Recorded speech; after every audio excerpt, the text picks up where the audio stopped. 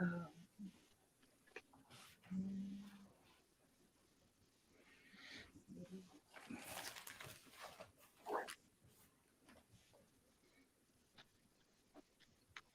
Get money for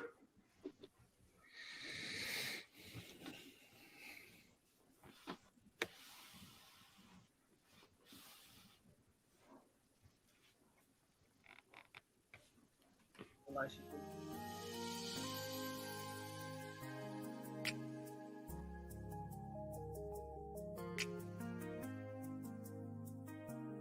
Time for another week of the Ella Johnson Show.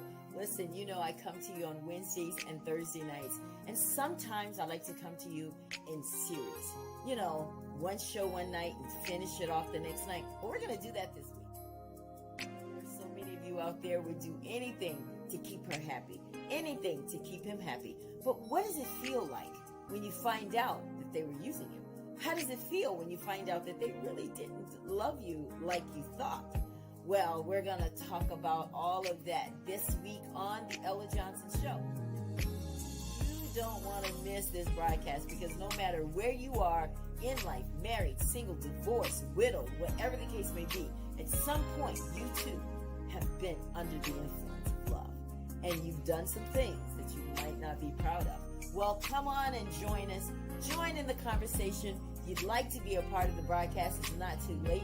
All you got to do is send an email to the Ella Johnson Show at gmail.com, and you might be able to be a part of this conversation. Great conversation. You do not want to miss this broadcast. I'll see you there.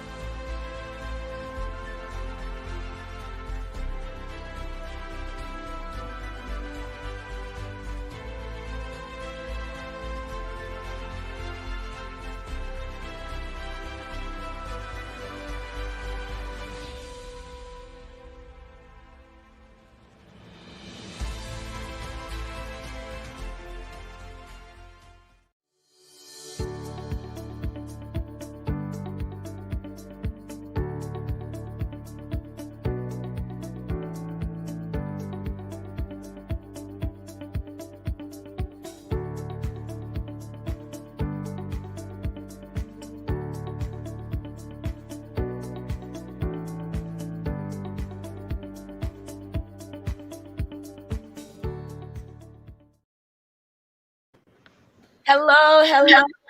Welcome to the Ella Johnson Show.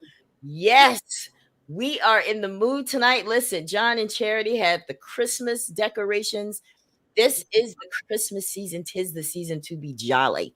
Well, we are jolly and we are excited that you guys are here tuned in to the Ella Johnson Show. If you are watching from Facebook, thank you. I appreciate it.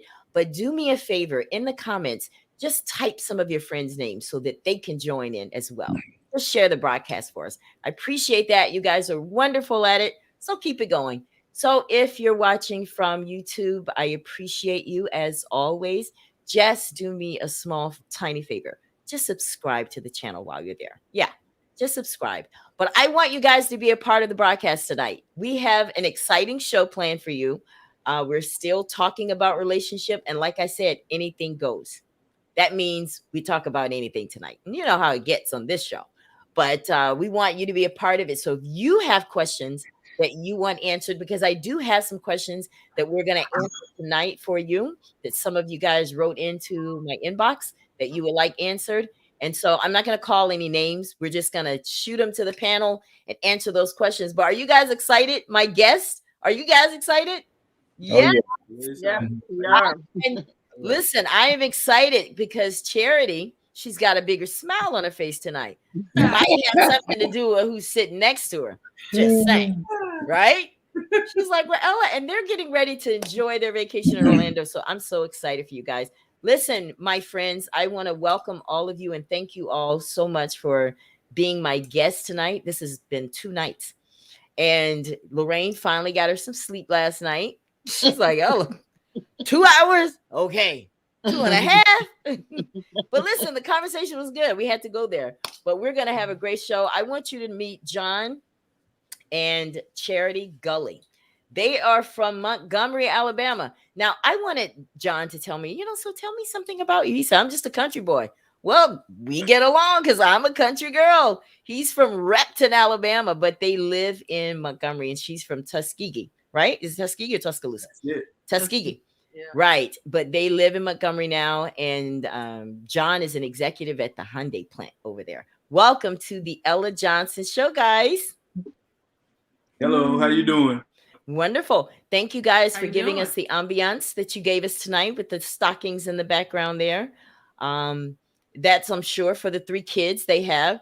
Rate, guys, from 8 to 25, the kids ages. That's good.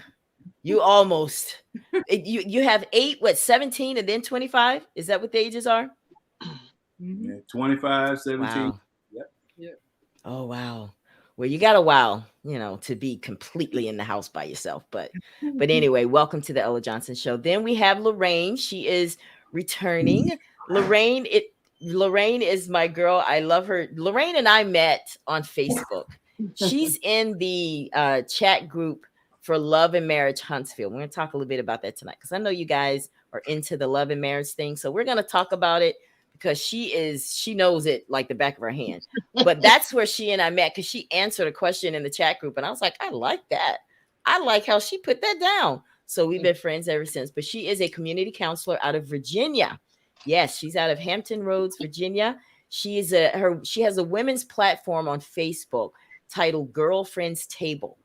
And you guys look it up. If you're a woman and you've been through domestic violence or any kind of situation, this is a safe place for you to go and just kind of talk. She's very good counselor. You won't regret it. So I want to encourage you guys to do that. Then we have Scott in the building. Scott Diggs is from Monroeville, Alabama. We have to put emphasis when we say Monroeville. You can't just say, I'm from Monroeville. You got to say Monroeville. Right, Scott? That's right. Right. Well, welcome to the Ella Johnson Show. Welcome back, Scott. Why don't you tell everybody what you do? I'm a firefighter here in Montgomery. Okay. All right. We need firefighters. I'm telling you. I love it. I'm sure he puts out a lot of fires at home, too. I'm just saying. We have to ask his wife about that. I'm sure she'll agree. Well, now that you guys have met my guest, I want to do something. I want to prep up this video because I want you guys to watch this. This is from Facebook. And let me make it big here. So we can no, that's not what I want to do. Oh, I want to make it big so you guys can see it. I want you guys to pay attention to this video.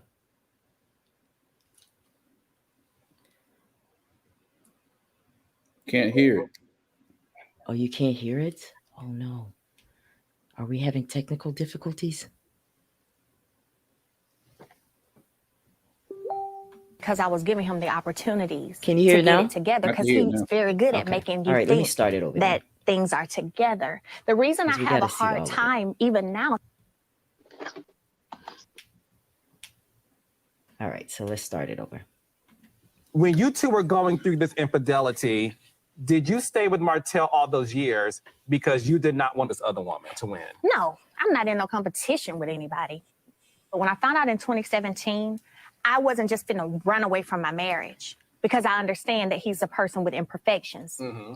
The reason I stayed was because I was giving him the opportunities to get it together, because he's very good at making you think that things are together. The reason I have a hard time, even now to this day, being anything with Martell, because Martell, I would say we're not friends, we ain't associates, we are nothing but the father and the mother of 4 beautiful babies.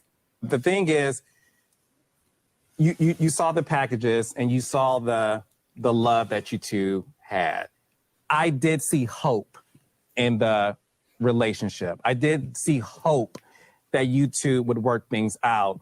Unfortunately, again, a woman got pregnant while you were married, right? Did you think Melody would ever leave you? No, I really didn't think that we would end. It's not even that about me cheating. It's not about the baby, anything like that. I mean, but through this whole ordeal, you know, we would go to church, you know, I mean, I would go to the front, the pastor be prayed for. I tried to really just get it out my system. You know what I'm saying? Because it was real, because I saw it was hurting my family. It was hurting, you know, Melody so much. And I knew that wasn't a part of me. Is it the fact that you couldn't stop cheating, or is it the fact that you could not stop cheating with this other woman? It was with her. Like if it was anybody else, if I had to have cheated, it would have been just sex and that would have been it. But it was just the connection that we had that kind of was it a sexual connection or a personal connection? It was a personal connection, and then, you know, things transpired. A lot of people think you're addicted to sex, and I don't think you're a sex addict. Oh yeah. Listen, I'm going to be real, and listen, I'm just being honest.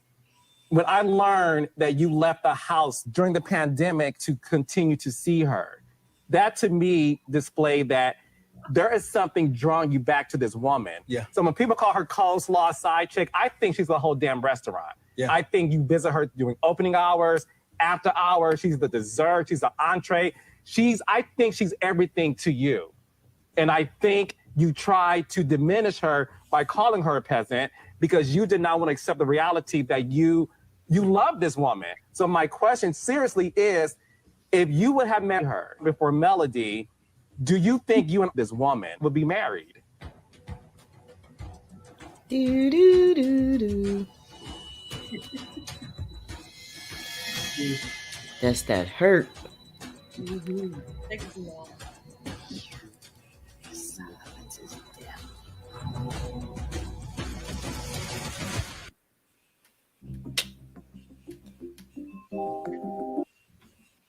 Oh, he's there. Hi, Ruth. Wow. Wow. Okay. And he never answered the question. He never answered it. I thought he said he never answered Answered it. He answered the question. He answered it by not answering it. Marceau answered. One of the other castmates said no. And he did not respond. And his ex-wife said, let him answer the question. He never answered the question. Now we're going to dig in on this one. All right, guys. Any of you that know anything about Love and Marriage Huntsville, you know that this is a reality show, which you can just almost pick that half of it's not true anyway. Because a lot of the stuff there's nothing real about it. But this was real. And they played it out on national TV, their relationship and how he had a side piece. Now, you know, I talk about side pieces on this show, not because I try to glorify it, but because I want us to broaden our way of thinking about side pieces. And the reason it's important to me, and I'm just going to put a little bit of my business out there, is because I was the result of an extramarital affair. My mom was in an affair with someone that was married, and I was the result of it. And how it was handled kept me from my father my entire life. And it shouldn't be that way. And that's why I like us to open our mind to it, because when there's a child involved, changes the game. Yeah. So that's why I talk about side pieces. Not that I aspire to be one, but I like to broaden, open up our way of thinking. Now, Lorraine is going to give us, because she is very versed in this show. She knows it backwards and forwards. Lorraine, give us like 6 things that we can talk about and what we can learn from what we just saw. Wow. So One of the biggest things I think we can learn about from what we just saw is the very vital importance of communication in a relationship. One of the issues, the major issue, I believe, that Mel and Martell, the ex-couple, because they're divorced now, Melody and Martell, is there was clearly a breakdown in communication in their marriage. Okay. That is, to me, the biggest. Now, it looks like sex was the issue because his infidelity, as he puts it, was a result of her not wanting to perform fellatio. That was the biggest thing. That's what came out. And I know we got editing and all types of stuff because this is TV. Although it's reality TV, we know reality TV is not really reality TV. But that was the biggest issue. This, he was unhappy. He was not sexually satisfied. And I guess from reporting it over and over, saying it over and over, and she just kind of blowing it off because they were otherwise very successful. Right. He stepped outside of the marriage. But I believe the breakdown in the marriage was before the issue of sex ever entered. Really? They were clearly on two different pages. Although they were in a real estate business together, doing very well successfully, they were bringing in over $1 million a year in net profit, and they were the ones who pitched the show idea to the producer, Carlos King. So they were pretty much, and we're talking about Huntsville, Alabama, so they were pretty much the talk of the town. They were the envy of every couple. They had the perfect family, according to what they perceived as perfect. And so when the issues of infidelity started swarming around this so-called perfect relationship marriage, and I'm talking community activism and all of that, socialites, all of that, it became the scandal that wasn't talked about. So communication for me in their relationship, and I'm telling you, this guy's voice is muted. People are constantly dragging him because all we see is he had an affair and the woman got pregnant. That's all we see. We don't deal with cause and effect. We don't want to talk about anything that led up to it. Anything that Melody does is completely understood, forgiven. There is no reason to even share because he should have never cheated. That's the overall tone of I would say, the majority of the viewers. Yeah. And right. I don't take that position because I understand that it takes two. That's and right. So to the point of communication, and we got 6, but we're going to do the 1. To the point of communication, it appeared, just based on what we saw, as, excuse me, as some of what has come out, Melody was very much in love with marriage, the idea of marriage, what marriage looked like. Martell was more interested in the work of marriage. I gathered that from him too, Lorraine. I was like, why is it that I like this guy? Right. I was so, and you and I were both the same on that. I'm like, I think they're being too hard on him. Yeah, he cheated. We'll get to that. Right. But it's just something else in him that I see that they don't talk about. But go on. So, and I agree. And I'm going to tell you something. When you like Martell or you defend Martell for any reason, you are a pick-me, is what they call it. I never heard of a pick-me prior to being called one in these groups. But it's what is a pick-me? What is that? Have you ever heard of that, John? You laughed. Have you? You've never? That's the same thing I was wondering. Yeah. What is it? So what they're telling me, because of course this is what I am to them, that means I am willing to be belittled, disrespected, or you can treat me however you want. And I'm gonna rally for the guy because I want him to see me as different and pick me. Okay, that's crazy. Ludicrous. Yeah, and that's so crazy. To me, it means you have to have no self-esteem. You have to be desperate and willing to accept any kind of behavior. And the reason they are making those statements is because in their mind, if I can see any good in Martell, then something must be wrong with you. Something's wrong with me, and I'm completely oblivious and ignoring the fact that he cheated on his wife. Because the only thing I should see is he's a cheater. He cheated, yeah. And that's what men are. He's a cheater. I want you guys to jump in because she's going to give us 6. That was number 1. She says that communication. We'll get to the sex part, but Scott, do you believe that communication has to happen way before the sex? Because she didn't want to, she didn't want to go down on him. And does communication stop at that point? Does he be understanding? Should he have just let it go and said, you know what? All right, I know I want that, but if my wife doesn't want to do it, then I'm just gonna love her anyway. How should she have handled that in communicating with him? Well, communication is very, very important. Without communication, you can't solve any problems. So, if she didn't want to do that, she should have explained to him why she didn't want to do it, and say, well, maybe she just didn't come up doing it, or just something that she don't like to do. Would you have accepted that? Would that have been good enough for you? I think he almost got to accept it and hope. Yeah. Eventually, she'll do it later, or maybe he can talk into it or whatever later on. But you almost gotta. It's not a reason to cheat. You almost gotta accept it. You don't know the reason why she don't want to do it, and she may never tell you. She could have had a bad experience. That's true. That is very true. Could have been taken advantage of. Anything. So you have to be understanding, and you have to draw your boundaries. So I'm sure they just didn't get married and then have sex. They probably had sex before they got married. So, and she was probably not doing it then, and then now all of a sudden he wants to. And so that's where it goes. That was just an excuse to cheat if that's what he chose to go. You cheat think for. So? You think he just used that as an excuse? I don't think so. It was more bigger than that. Yeah. Well, I'm just saying. Let me let you guys. I know about. I'm sorry. Go ahead.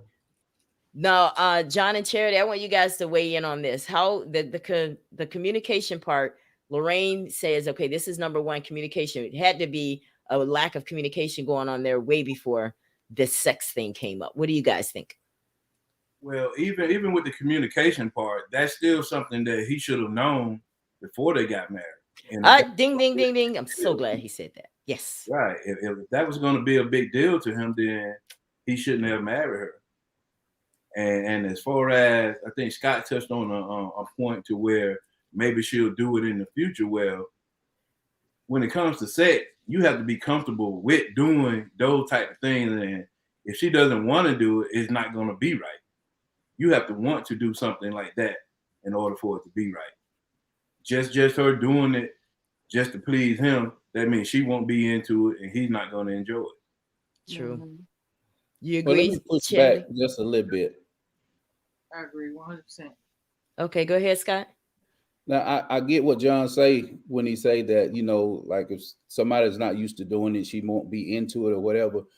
People grow over time. And when you see your mate really want something, you might try to say, okay, well, let me give this a try, right, instead of losing them if it's that important to us. Some people do that. Now, some people don't. Yeah. It could be that she just didn't know how and didn't know how to say it. Well, we found out that wasn't true. Remember? Man, she was I'm quite sure someone else, other people. Hold on. What? See, I didn't know that part. Are you serious? I don't watch. I've never seen the show, so I don't know what's going on besides the clip that I just saw. So you're telling me that she's done it to somebody else, but she hadn't done it to him? Okay. No, I'm not going to say she never did it to him. He wanted that to happen more frequently. Yeah. More often in their relationship. And so after a heated argument, she told him how because they had a period where they separated and she moved out. And she claimed she met a guy and within a month she was performing fellatio. Anyway, so I'm like, if that's not your thing, sis, and you're married, how you gonna meet a stranger? Yeah. Go there. I don't know. So we don't hear a lot of talk about that because I haven't heard that. That's my point. Wow. Oh, wow. All right, let's move to number 2. What's the second thing that you want us to get out of this? So I want to talk about, and sex is up there. Sex is a big one. Oh, but yeah, I want to talk about 2 things that kind of together: covenant and trust. So when they pitched the show, Melody already knew that her husband had this girl that he had been seeing at the time for about 3 years. Same girl, off and on. This is the one he ended up eventually having the baby by. Right. So you've been seeing this girl for about 3 years when they pitched the show. They disclosed because Carlos King, the producer, let them know. Now you're about to go public. That means when people see you on television, if they know anything about you, it's coming out. It's coming out. So Amen. she let him know, well, there was some infidelity in our relationship. He stopped seeing the girl. They're no longer together. We don't want that to be a part of the storyline. The show is about, now what drew me to the show was it was about 3 successful Black couples married doing construction and real estate in Huntsville. They had a group called the Comeback Group, and they are going to invest in the community to bring the community back to life. So they're going to buy land, build property so that they could bring life to this community. That was what it was all about, and I was all in. Me too. However, exactly. Yeah. I'm not interested in, in love and hip hop. So I'm not trying to watch, another reality show where these relationships are just all over the place. So I mentioned Trust and Covenant because that was the deal. This information will not be leaked. We're not going to talk about it. It's not going to be a part of the story. We're dealing with marriage where we are today, couples, relationships working together. That's it. Mm-hmm. This woman, Melody, this is where she lost me as a fan. Day one, they're filming, and she sits at the table with the friends. They're having a little dinner at their house, and she brings up a hypothetical situation. How would you handle your situation? So say Martell goes out there and cheats. Everybody sitting at the table is like, because everybody knows the rumors. Huntsville is small. Right. And they also know this is not something we're supposed to be talking about. But she brought it up. She put it out there. And that is the issue I have had with her from day one. Why do you think she did that? I think, now this is my belief, and it's kind of been proven. Martell only agreed to do the show because she has always wanted to be on television. She wanted to be on television. She wanted to be famous. She wanted to sing. She wanted to act. She wanted to do this. So in his mind, he said, I'm going to do this for her. This is what she wants. Aww. I'm going to do this for her. Now, he already knew that he had skeletons in his closet. They had already worked through their issues. This is when the show was pitched, she had already moved out and moved back in. So they had been through the worst of the worst at that point. But she decided, this is my platform and I'm going to do my thing. And I feel like she sold her family out. She sold her husband out, her children, everybody for that spotlight. When and I'm going to tell you, you can see during the show, there's several moments where they're having this real moment on TV and he's like cueing her to stop.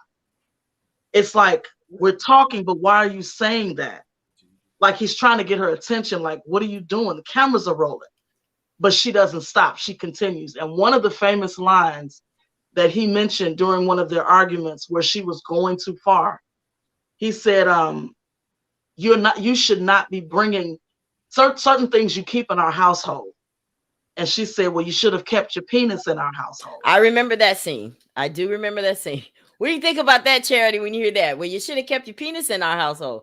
That was actually pretty good, but it was very good. But what did it do though? It brought to light the fact that he was saying certain things stay in our household. What he's saying is this was not for television. This is not something we were supposed to be doing in television. This was not. But her thing is, it's almost like she's playing both roles. I know what you're saying, but I'm taking that to mean don't discuss it, but this is reality TV. But who do you think got hurt the most? I think she got hurt the most in this. She created this, she started it, but I think she's the one that got hurt the most. What do you think? What do you guys think? Do you think that was a big mistake, John, that she would bring that up after they had already discussed it? If you're looking at it from what they discussed, if you're looking at it from that perspective, Yeah, it was. But if you're looking at it, like you said, you on TV, this age of social media, it was going to come out anyway. So Yeah. maybe she was just trying to get ahead of the story. Yeah, that's a good point. She was trying to get ahead of it, Lorraine. So, because she's like, I don't want people to think they got me. I already know, that kind of thing. And That's just the world we live in right now. Just like Yeah. right now with Scott, you and I and Lorraine were sitting here on your show. If somebody don't like us, whether we done it 10 years ago or 6 hours ago, maybe they will get in your comments and say something about it. Maybe they won't, but eventually it will come out. But when you're doing something on a national level like that, there's no way that you're going to be able to hide anything. That's so true. But it's how you manage it. A lot of people, public figures, have their personal business exposed, but how do you manage it? For her, she exploited him, in my opinion, because she made it comfortable for people to drag him. That's a very, very good point, Lorraine. It's almost like she set him up. I'm going to get everybody on my side and make you look like a fool, and they're going to talk about your side piece, and I'm going to have everybody on my side. And now that I got everybody on my side, I'm going to put an album out, and I'm going to be successful, and I'm going to get what I wanted all along at the expense of her family. What do you think, Scott? He didn't set himself up when he went out there cheating? He did. But I think, I agree with that. No one is denying. I'm not glorifying what he did. Right. But we got to stop stopping there. He cheated and stop there. No, let's find out why he cheated. And women have to be accountable whenever you've contributed, because everybody's contributing to the marriage. She contributed, he contributed. There's somewhere there was a breakdown where somebody wasn't happy and they stepped out. And we got to find out why, so it doesn't continue to happen. We can't just stop at, well, he cheated, he's a dog. We're going to just bash him. Scott, let me respond to that. Okay. That is true. And to Ella's point, he absolutely cheated. He disrespected his marriage. He made a poor choice. Yes, he did. This is also the father of your children. This is also the man that you decided to have another child with. Even after she knew he was with another woman. They had 3 kids. Yep. Season 2, she gets pregnant again. Now they've separated on television and got back together. You have another child. You want all of that on television. You want us to see you pregnant, going through your changes, having this big, fantastic baby shower, telling the world it's us against him, against them. And it's almost like it's just a major performance. Because if you are so devastated and tired and frustrated, this man has humiliated you, and you brought it to the public for season 1, why is there even a season 2? I get what you're saying, but my thing is, he put himself in a. Oh, go ahead, John. Oh, I didn't realize you were talking, but she was like, how much of it is real and how much of it is for show? Because we all know that these new shows that everyone is getting without ratings, they're not going to exist, and people don't watch just us being successful with no drama in our lives. Nobody wants to watch that. You better believe they looked at the ratings and they said, no, we're going to have to ratchet this up a little bit. Right. Let's create some drama, even if there wasn't any, Yep. So, and look at it. Look at the ratings. People are talking about it. We're talking about it. Now let's sitting here talking about it right now. Exactly. Let's get to the sex now. I'm ready to talk about the sex. All right. He met this girl. Okay, I'm just a little anxious, right? Ooh, y'all pardon the sister. But listen, so he cheated, Scott. You've said that like 3 times because I can tell you have a serious problem with that. Why do men cheat, Scott? Why do you think men cheat? Let's start there. I mean, it's several different reasons. You have guys cheat because they just cheat. Woman could be doing everything she could do. It's just some people wired and they just not gonna be with one woman. Okay. Lack of sex at home. Okay. Lack of respect at home. Okay. And that's about gonna cover it all, pretty much. So let's just pretend that one of those reasons was his. And you're saying he should have thought about it. He should have prayed about it. He should have done differently than go out and cheat. I don't condone cheating, but he did. So let's talk about it. Do you believe, and I want the men to answer this, do you believe that if you are in a relationship with a side piece for 5 years, how many years was it, Lorraine? 5 years total? Mm-hmm. Is that still a side piece, or is that my boo? She's still a side piece if you got a wife and the world don't know about her. So no If matter you're not what, going to the local McDonald's with her, she's still a side piece. do you think that an emotional connection with a side piece can kill that marriage? Oh, most definitely. And ding, ding, ding. That's exactly what I think, Lorraine, happened. It Mhm. started out as sex. I'm getting what I want fulfilled. But somewhere along the line, he fell in love with her. Now, Yep. women, I want to say this to the married women. I know we want to bash the side piece. That's what the world has done. And the world has done that with this case. But I want to take a different approach because I think that we can learn some things from the side piece. They're not going to motivate us to be better. I'm not trying to go there. I'm talking about there's a reason she's still there. Mhm. So that should be a clue, right? Guess Yes. that it wasn't just about sex. Absolutely. And that is my point to married women. If you allow this thing to go on and he connects with her emotionally, that's a wrap. That's it. That's true. Because if she's not with him every night, going to bed with him, and you are, and she still got him, she got some stuff that you don't think she got, and it's his heart. And he admitted it on that show pretty much. Not answering, that was pretty much what he was saying is, look, I know to the world y'all think I was just screwing her, but I actually loved her. Yep. What do you have to say about that, Scott? He fell in love with his side piece. What's the guy that sings the song, I left home to be with my side piece? Come on now. I know y'all country folks know this. John Taylor, is it John? John Taylor. Is that who sings it, John? I don't know. Yeah, we know exactly what you're talking about. Yeah, because I mean, I listened to that song. It's kind of tight. But he's the song, guys, for those of you that don't know what we're talking about, is I left home to be with my side piece. What'd you say, So, John? what'd you say, John? No, I was just saying I have to let Scott listen to it one day. Oh, yeah, you got to listen to it, Scott. Man, so where we are with this now is, how does he get out of that, Scott? Now I've connected with this woman emotionally. I got a wife at home, my kids, he's torn because he doesn't want to leave his family. Because I can tell he's definitely all about his family. That's not fake. That's not fake. That's real. And now he has this side piece that he loves. What do you do then, Scott? Ella, how can you be all about your family if you love a side piece? That don't even go together. I mean, you know, he's gonna have to leave her alone, or you gonna have to get him divorced and see his kids, you know, raise it with his side piece. But it don't work like that in my mind. Well, what do you think? Go ahead, Lorraine. Well, one of the things he did mention, because Ella, you did talk about, well, actually, I think it was Scott who mentioned the disrespect if he doesn't feel respected at home.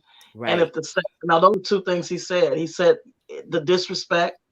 She was more wrapped up in the business than she was the home. He was doing more hands-on at home with the kids than she was. So there was a lot going on. That's why I said communication was, there was a major breakdown. So what I've seen is, and he said this several times on the show in counseling and other settings, it got to a point where, and they had an argument. And I don't know if you remember this, Ella, but in the argument, she told him, well, look, if that's what you want, go get you a girlfriend. I think I do remember that. I'm not doing that. I don't have time, and whatever. Just go get you a girlfriend. And so he was like, okay. Now, I'm not saying that was his permission to go and get a girlfriend. Of course not. Of course not. But it is the thing, and this is the question I have had. How long do you stay unhappy in a situation? How long? Because you're married, are you trapped? Are you stuck? Well, let's ask this married couple. Let's ask the married couple. How, based on you guys' relationship, I want you to compare it to theirs in a way. Because you guys are married and he and she were married. So like Lorraine just asked, how long do you stay in there? Do you just stay because of the sanctity of marriage, or do you get out? I mean, what's your escape? What advice would you guys have given Martell if you were talking to him while he was in that torn phase? What would you have said to him? I mean, as far as his wife, I mean, seems like to me, I mean, like I said, I haven't watched the show, but from the clip, it's like she's basically made up her mind. That's it is what it is. You know, you can either take it or leave it. And it's almost like the ball is in his court to make a decision as to whether or not he wanted to deal with her not doing what she needed to do and keep disrespecting him or whatnot. It's almost like, hey, you know, if you want to deal with it, deal with it. If not, then go on about your business. What do you say, John? Well, first of all, to cover a few angles on that, he can't be making babies all over the place. Oh, yeah. You know, you can't be making babies with your side piece, then coming back home making babies with your wife. Yeah. It's just too much going on. Then it only makes that decision that you ultimately have to make. It makes it harder when you have kids over here, kids over there. So he shouldn't have done that to start with. That was at the end. He had a baby. His last child is the baby he had with the side chick. Mm-hmm. And that was after he had already left. They were already done, right, yeah. Lorraine? They were already done. They were already done. They weren't divorced yet, but he got the girl pregnant. They were separated because the baby is literally 1 year younger than their last child. Okay, I misunderstood. I thought you said he made a baby with the side piece, then came back home and made another. Oh child. no. Okay.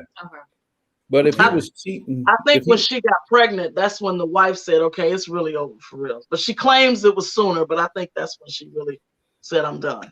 When the girl that probably would have made it. That probably would have made me leave too. If now that there's a baby. Absolutely. Do you think she loved him, Lorraine? Who? Do you think Mel loved Melody? Do you think she loved Martell? I think Melody loved Martell as much as she could. I really do. And the only reason I think that, and it's hard, really, I feel conflicted saying that, because Melody is extremely selfish, and she's very, very devious. You know, she does pretty calculated. You know, the whole idea of, and even the producers of the show, when they did this whole behind the scenes after the first season, they said they were blown away when she dropped that bomb about the affair, because that was clearly supposed to be off the table. They were like, she took the show to another level. We were like, whoa. The producers who want drama were blown away. And at that point, they said, wow, she has taken this show to a whole nother level. So you have to think that had to be calculated. Yeah. You had to have wanted deep. Yeah. Yeah, that's kind of devious.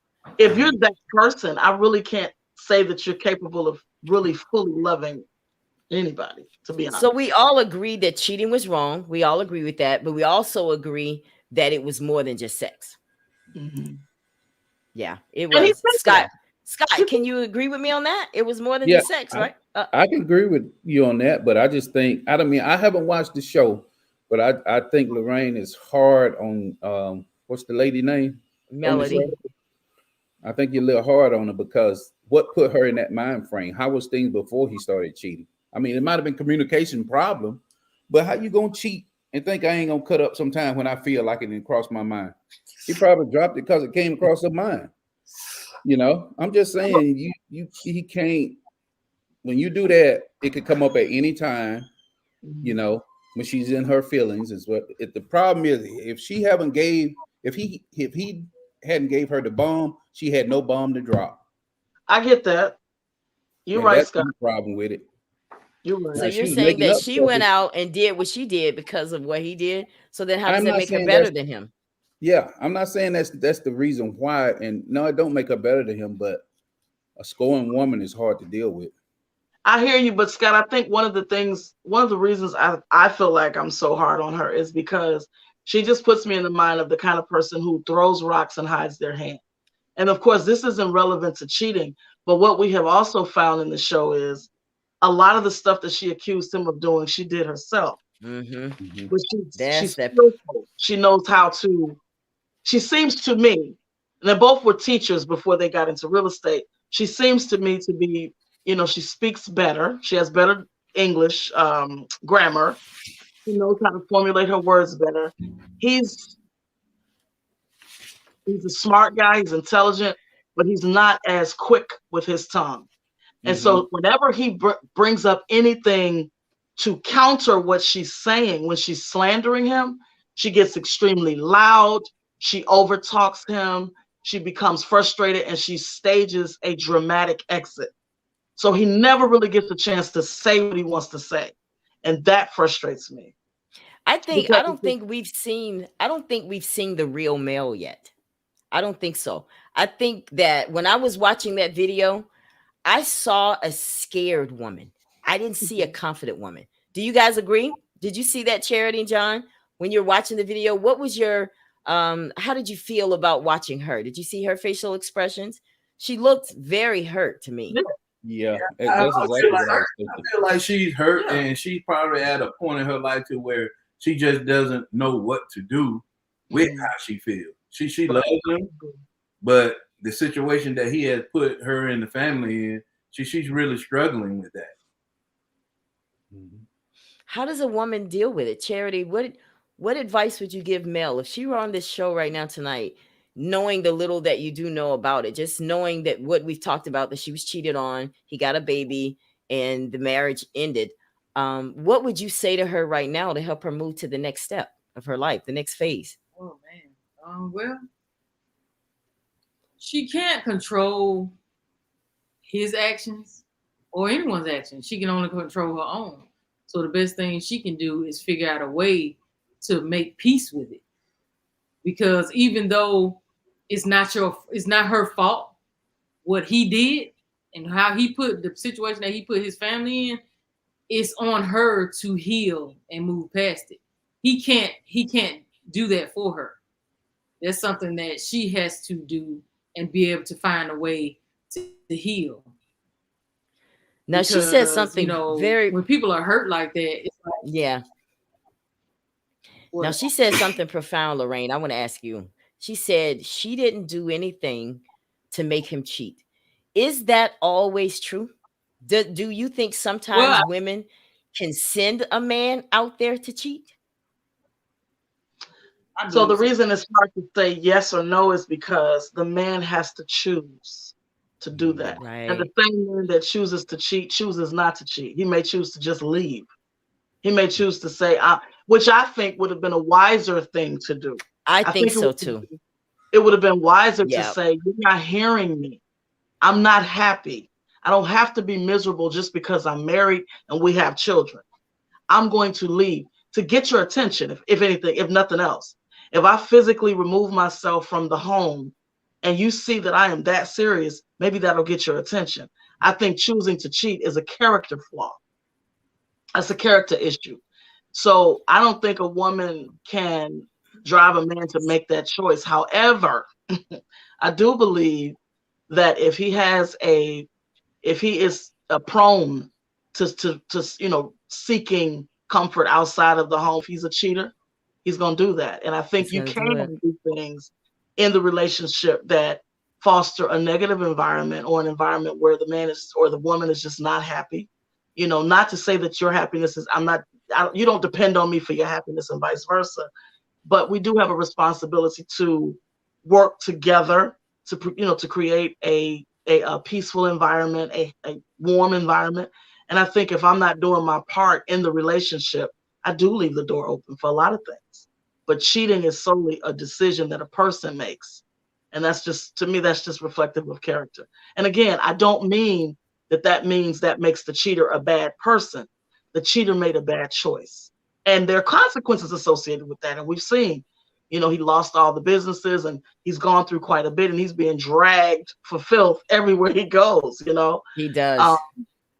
But my issue is, and I know it, like Scott said, it seems like I'm really hard. It's just that I'm about fairness.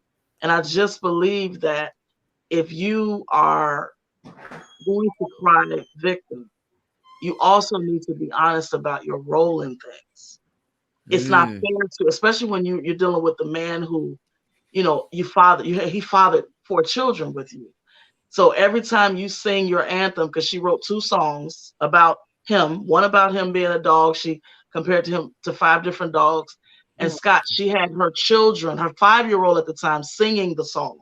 Oh. She's singing a song about her father, and that's okay because See, that's ratchet. That's ratchet. stuff that's just below the belt, Yeah. dirty. And he's watching his daughter on social media, 5 years old, singing about the different types of dogs he is. Now she don't know the song is about her dad, but it's What do just you a matter think? of time. What do you think about that, John? You were laughing. What did you think about that? Kids. Well, if she's that hurt, she needs to leave. You can't tell anyone how to heal, but this is what I think about the healing process. No matter who's wrong, whether it's the man or the woman, if we sit down and we agree that we're going to work this out, this is what you don't get to do. You don't get to keep bringing up what I've done just because of how you feel at that time. We agree. need to move past that. And we can't move past it if you're bringing it up every month, every 3 hours, or every year. You have to let that part go. And if you can't, then you need to go.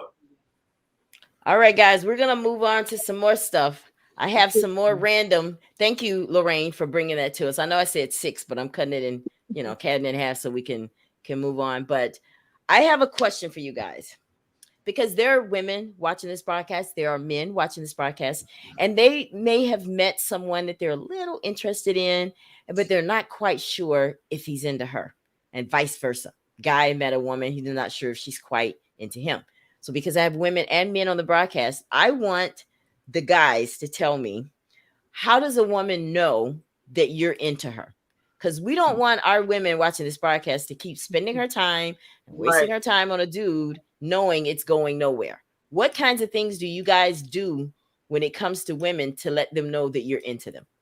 Start with you, Scott. Well, I guess probably call her and make sure she's okay, just want to be around her, and want to go out, and sex don't have to always be involved, but I'm just saying, just to be with her, be in her presence. So if you're showing that kind of attention, I like that you said sex doesn't always have to be, because we get it and we muddy the waters a little bit there, Lorraine. We think that because they're sexing us, they're into us, and that's not always the case. Right. So I like what you said, because you said that you're showing her that you care about her, what she's doing, how she's doing. I like that. All right. So ladies, y'all got that. So if a guy is calling, wanting to know how you're doing, and he remembers stuff that you said, and he's checking and following up with you, he might be into you. What do you think, John? Well, Scott is dead on point. And one thing about myself, I'm more of a straightforward type dude. I don't like playing games. My wife will tell you that if I'm into you, I'm going to tell you that I'm into you, So how did she know that you were into her? Well, let me let her answer that. Charity, how did you know he was into you? What did he do? Let me see if he got some Mac Daddy skills. Let me tell you, he used to write me poetry. Oh, poetry?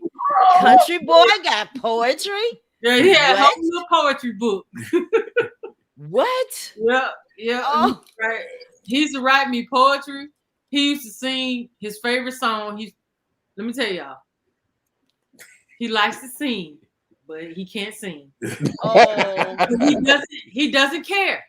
He'll sing like he's Whitney Houston out there on stage. I love it. Loud, I love it. off key. And his favorite song he sung, I can't even tell you how many times he sang it to me. My Girl. Like, I mean, The Temptations? He'll put on a whole performance singing that song. Oh, I think that is gorgeous. I love it. I love it. It's no secret. He pull out all the stops. So you knew right away, okay, this is real. Yeah. Okay. Well, it's not that hard to let somebody know that you're interested in them. It's not hard at all. People like to play games and do other things, but like I said, I'm straightforward, and I'm gonna tell you how I feel, and I'm gonna leave it up to you to accept it or not. If you have to choose between myself and another guy, I'll give you a quick example. One of my favorite movies is Love Jones. I don't know if you guys are. Oh, snap. Yes. I'm going to watch that tonight just because you mentioned it. She said that she had to go back to Chicago or New York to to handle some unattended business, I would have told her how I felt.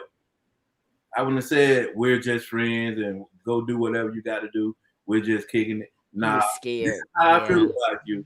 But if you still go, then that's on you. But I'm gonna tell you how I feel about it. I like that you brought up that scene because she wanted him to tell her. Yeah, remember? she did. She wanted him. That's the problem. Yep. That's the problem. She didn't tell him either now. And it was her decision to go. She brought that to him. Yeah, she tested him and it backfired. That's the She problem. was playing the game first. Hold it a little bit because she brought that to him. Mm-hmm. Yep. And that's true. One thing, like if there are single guys and women listening to this now, if you are interested in somebody, let them know. Don't just play guessing games and be like, well, I wonder what she thinks about this, or I want to ask her. Ask her. I mean, talk. I mean, it starts with communication. You have to communicate. You got to talk. Preach. I love it. And especially if you're a female, you better let him know because he got like 10-1. Yeah. I'm just telling you, better realize where you are. Okay, so what does that mean? What does that mean? What do you mean by that? Well, every one guy is 10 women. Yeah. Oh, so you're saying you'll move on? No, I'm saying that he got options. Women think they got more options than men. And I'll give you this. They got more options to sleep with guys, but men have more options of women that's willing to marry him than women do men that marry them. If you understand what I'm saying. That's something. Wow. Okay, so go ahead. I'm sorry. No, I want you to keep talking. I want to hear the rest of it. So what I'm saying is like, a woman can go sleep with 10 guys and it'll be easier for her to do that.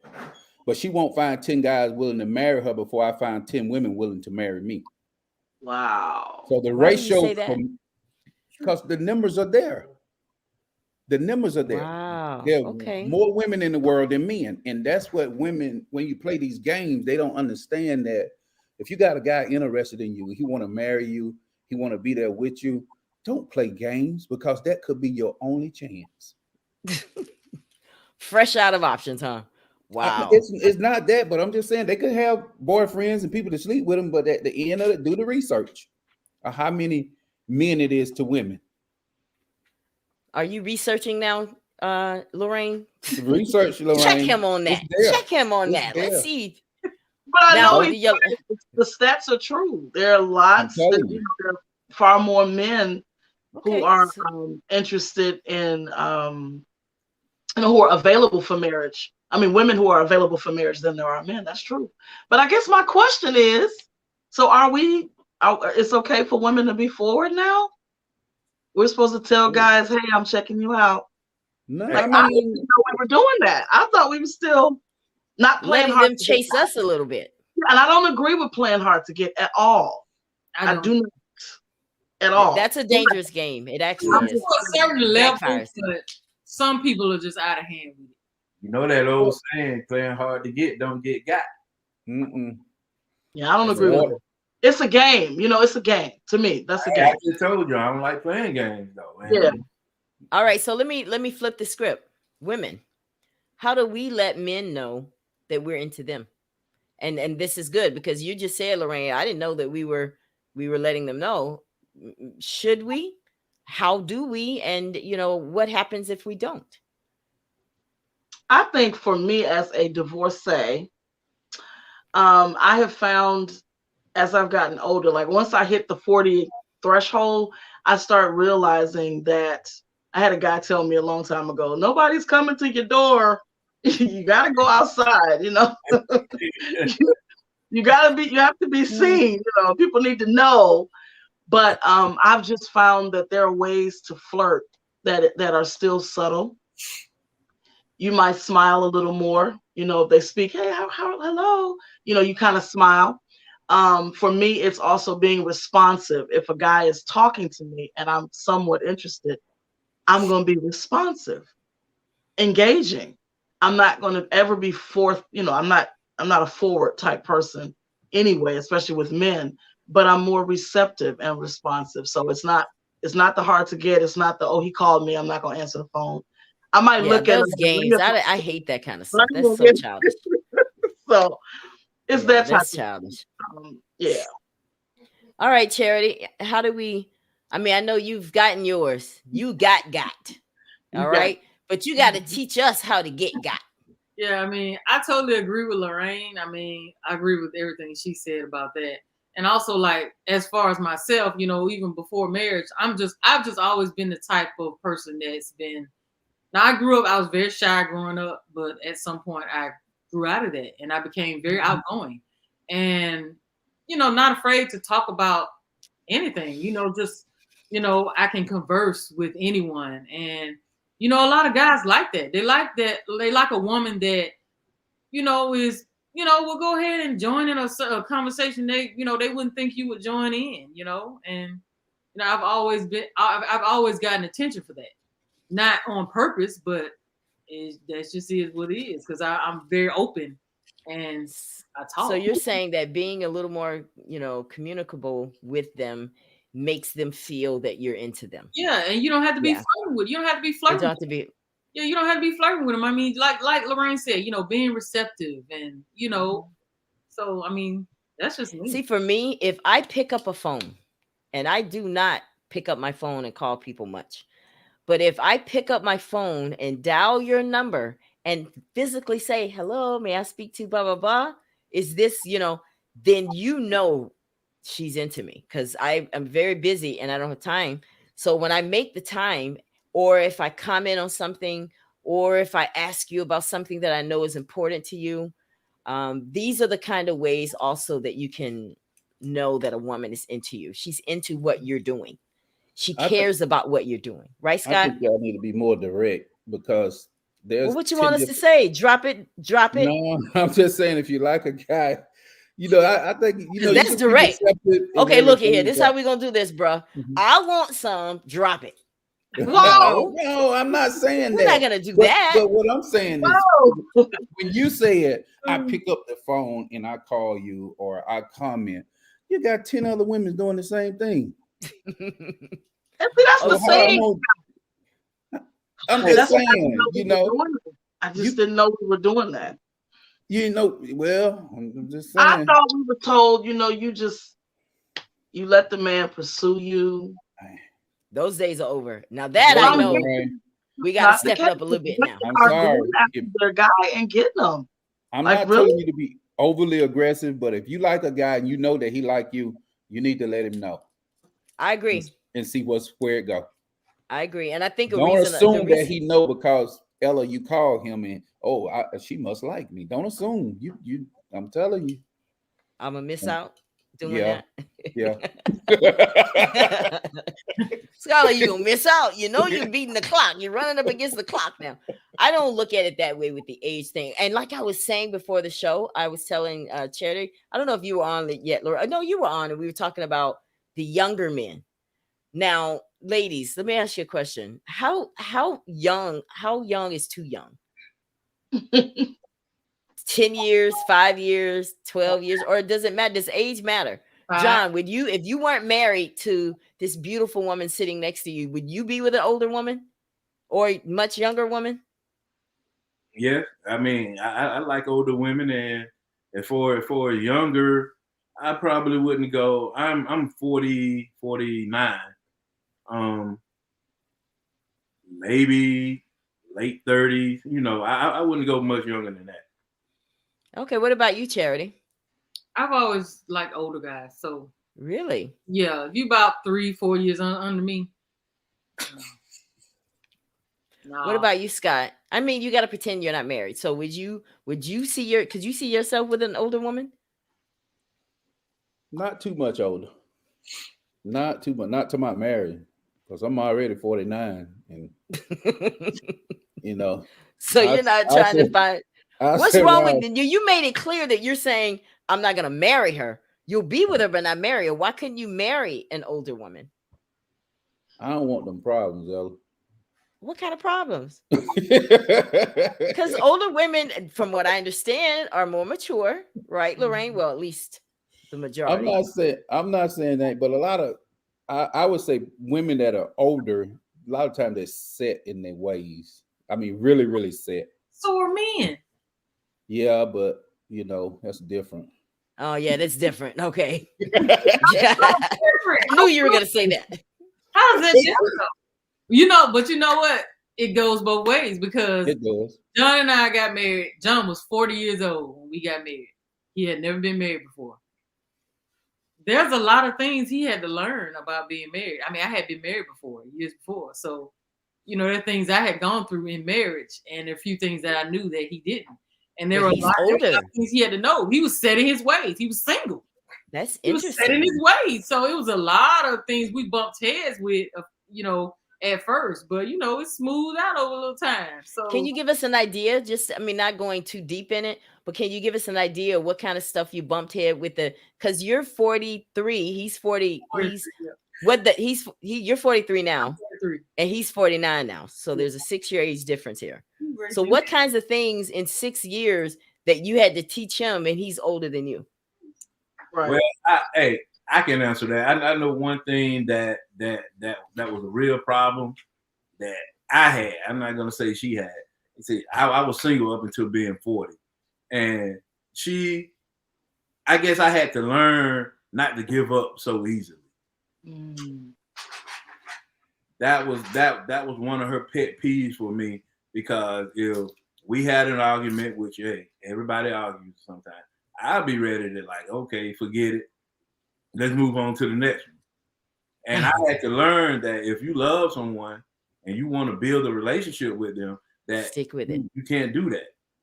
That's can't do that. And another thing that I saw that hurting her, and I had to make a decision, and that's where that communication comes in. That she was willing to sit me down and talk to me about that and tell me that that was hurting her.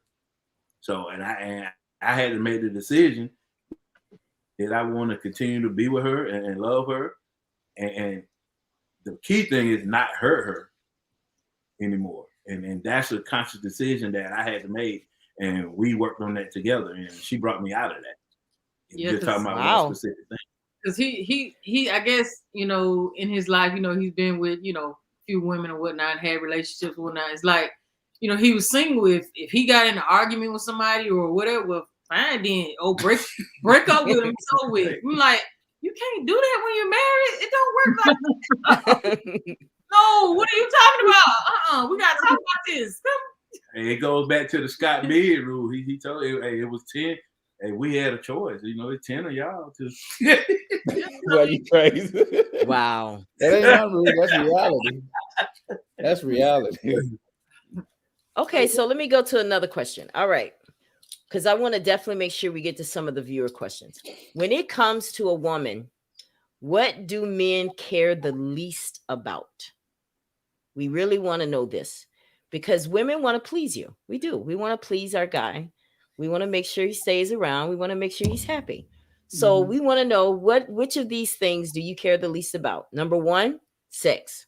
Number 2, our body. Number 3, our mind.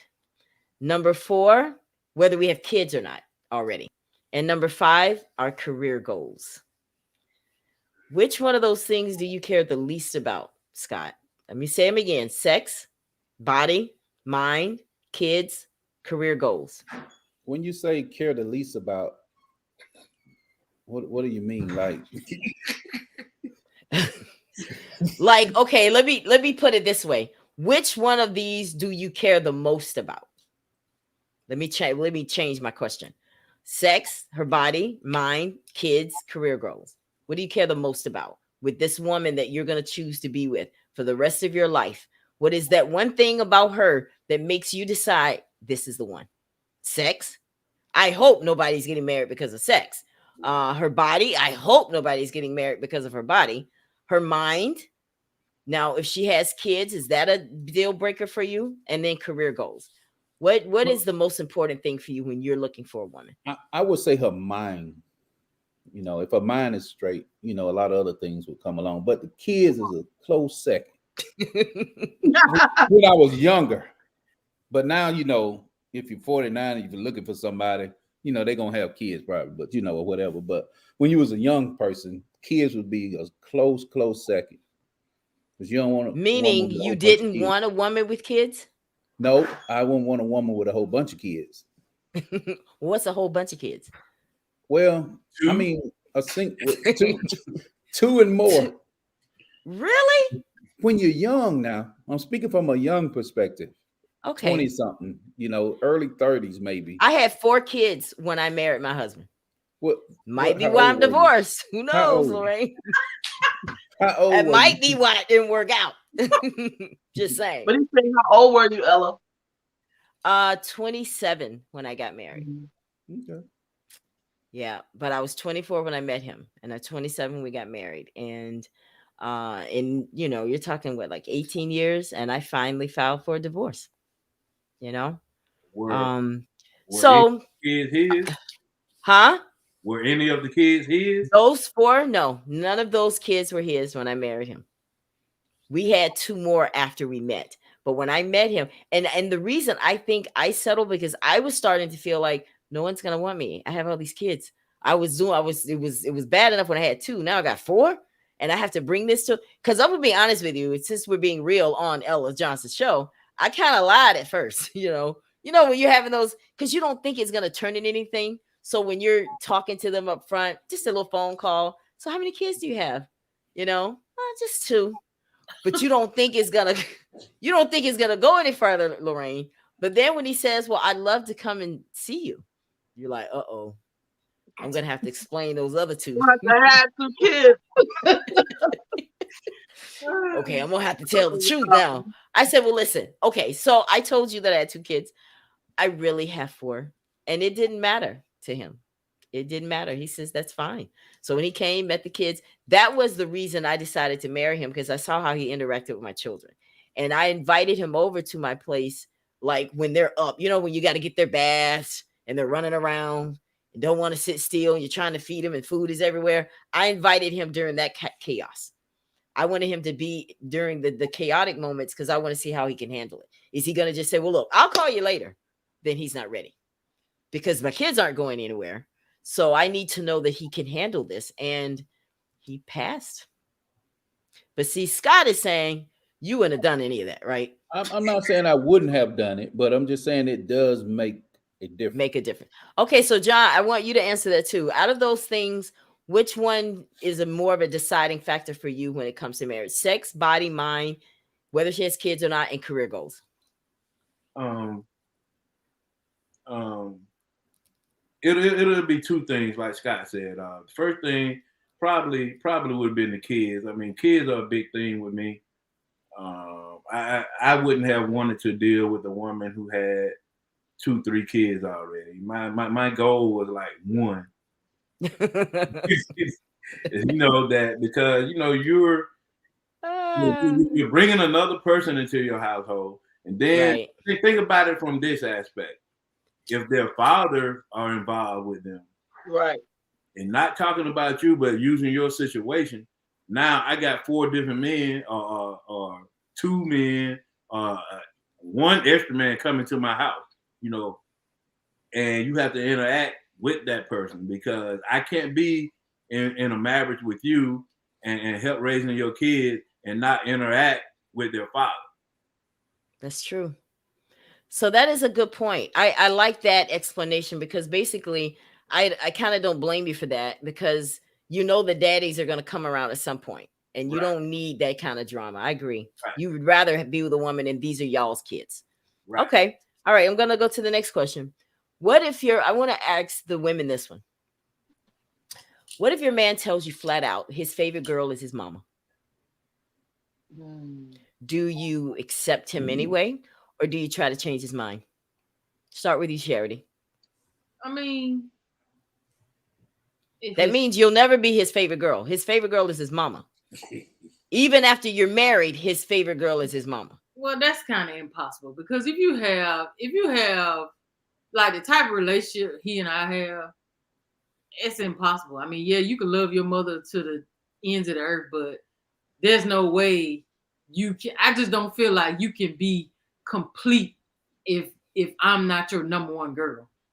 I just don't feel like a marriage can be complete if you put her everything above mine. That's I don't know. It's kind of hard. Lorraine, you're thinking. That's a red flag for me. That would Mm. definitely be a red flag because what that says is, and I think it's endearing, to love your mom, and we always say we want a guy who loves his mom, and that's fine. But it's a red flag because, especially at this stage of the game, if that's how you feel, it is me understanding that I will always come second. Mm-hmm. Will pretty much run my house Mm-hmm. because if Speak. we have established that we're going to do certain things a certain way and she has a different opinion, well, favorite girl is going to win or it's going to be conflict. And so to me, that's an unhealthy relationship and it's just going to create chaos and problems for me. And I'm not competing with your mom. I'm just not doing that. I think you should respect your mom, love your mom, but everything has a place. And I just don't think that's healthy. And it's not something that you ever want to try to think you can change because you can't. And why That's should that it. even be your objective? So, Scott, should Mama be your favorite girl for those men who she is? Well, I don't know why it's The answer is no, Scott. I don't know. What does the Bible say?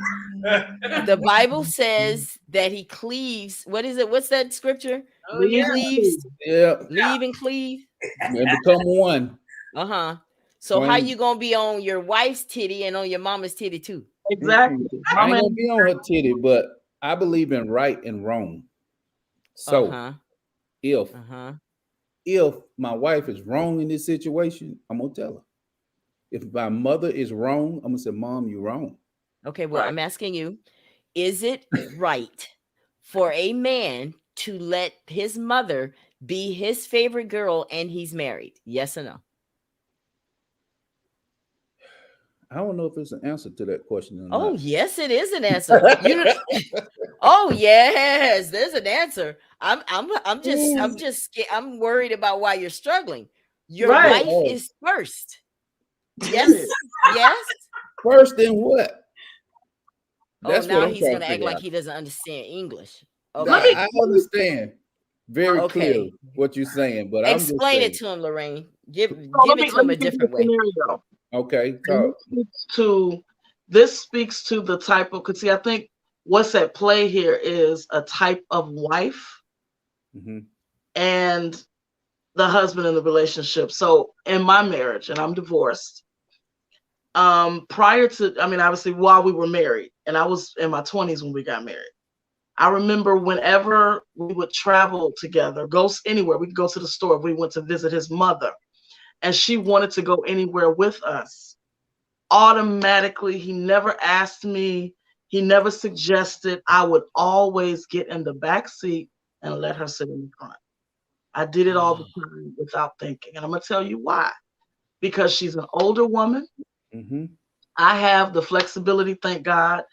The activities of my limbs, getting in the back seat is no problem for me. There's more leg room in the front. She was Hmm. heavier, and it was just no issue. Now he had other siblings who were married or had girlfriends, and they would not move. They would sit in the front, and she would make her way to the back. That was for me. And so I remember we would talk about that, and he would say, "Man, you don't have to do that." And I said, "Yeah, I know that, but it's for me. It's a respect thing. I agree with It Hmm. is, that. it is easier." And so to me, even if he would want his mom in the front, I think that would be an awkward conversation. Hey, climb in the back and let my mama ride up front. That would be an awkward thing to do.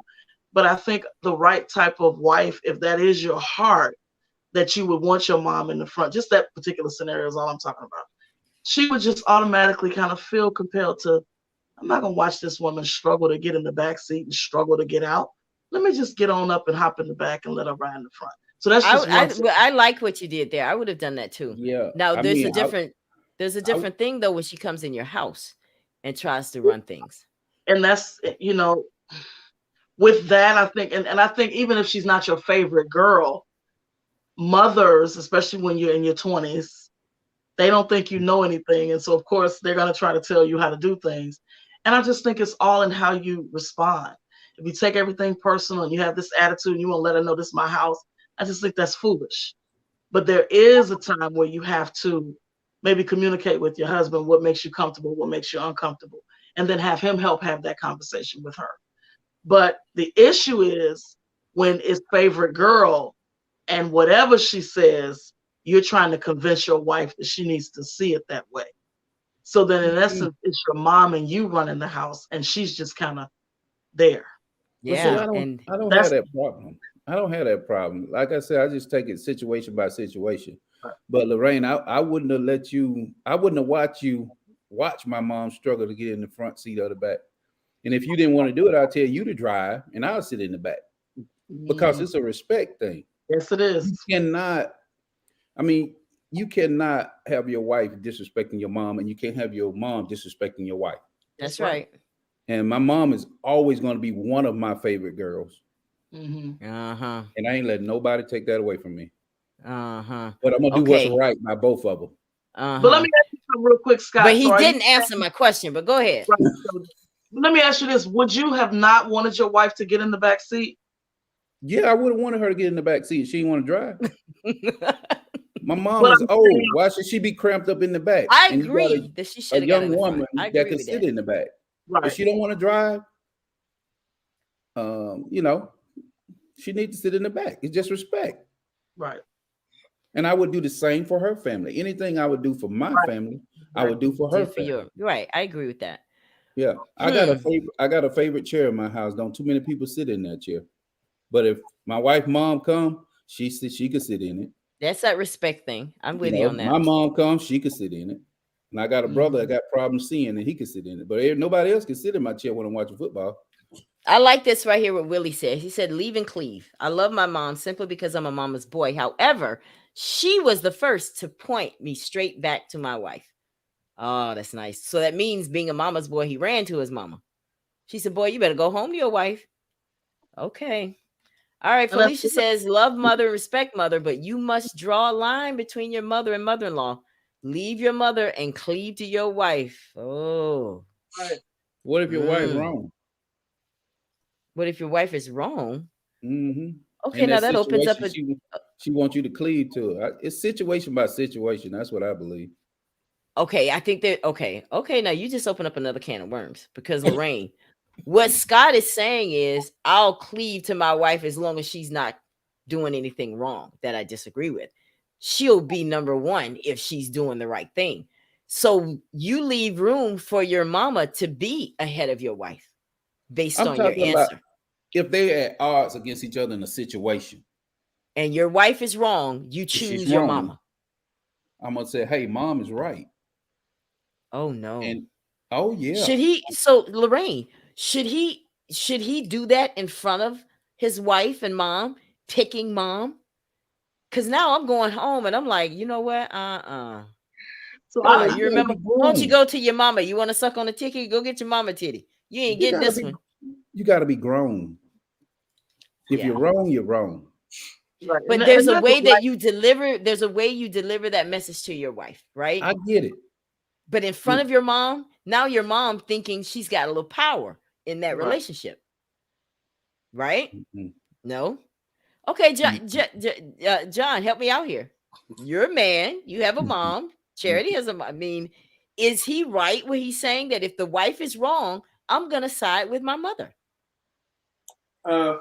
He's right as far as what he's saying, but like you said, don't do that in front of your mom.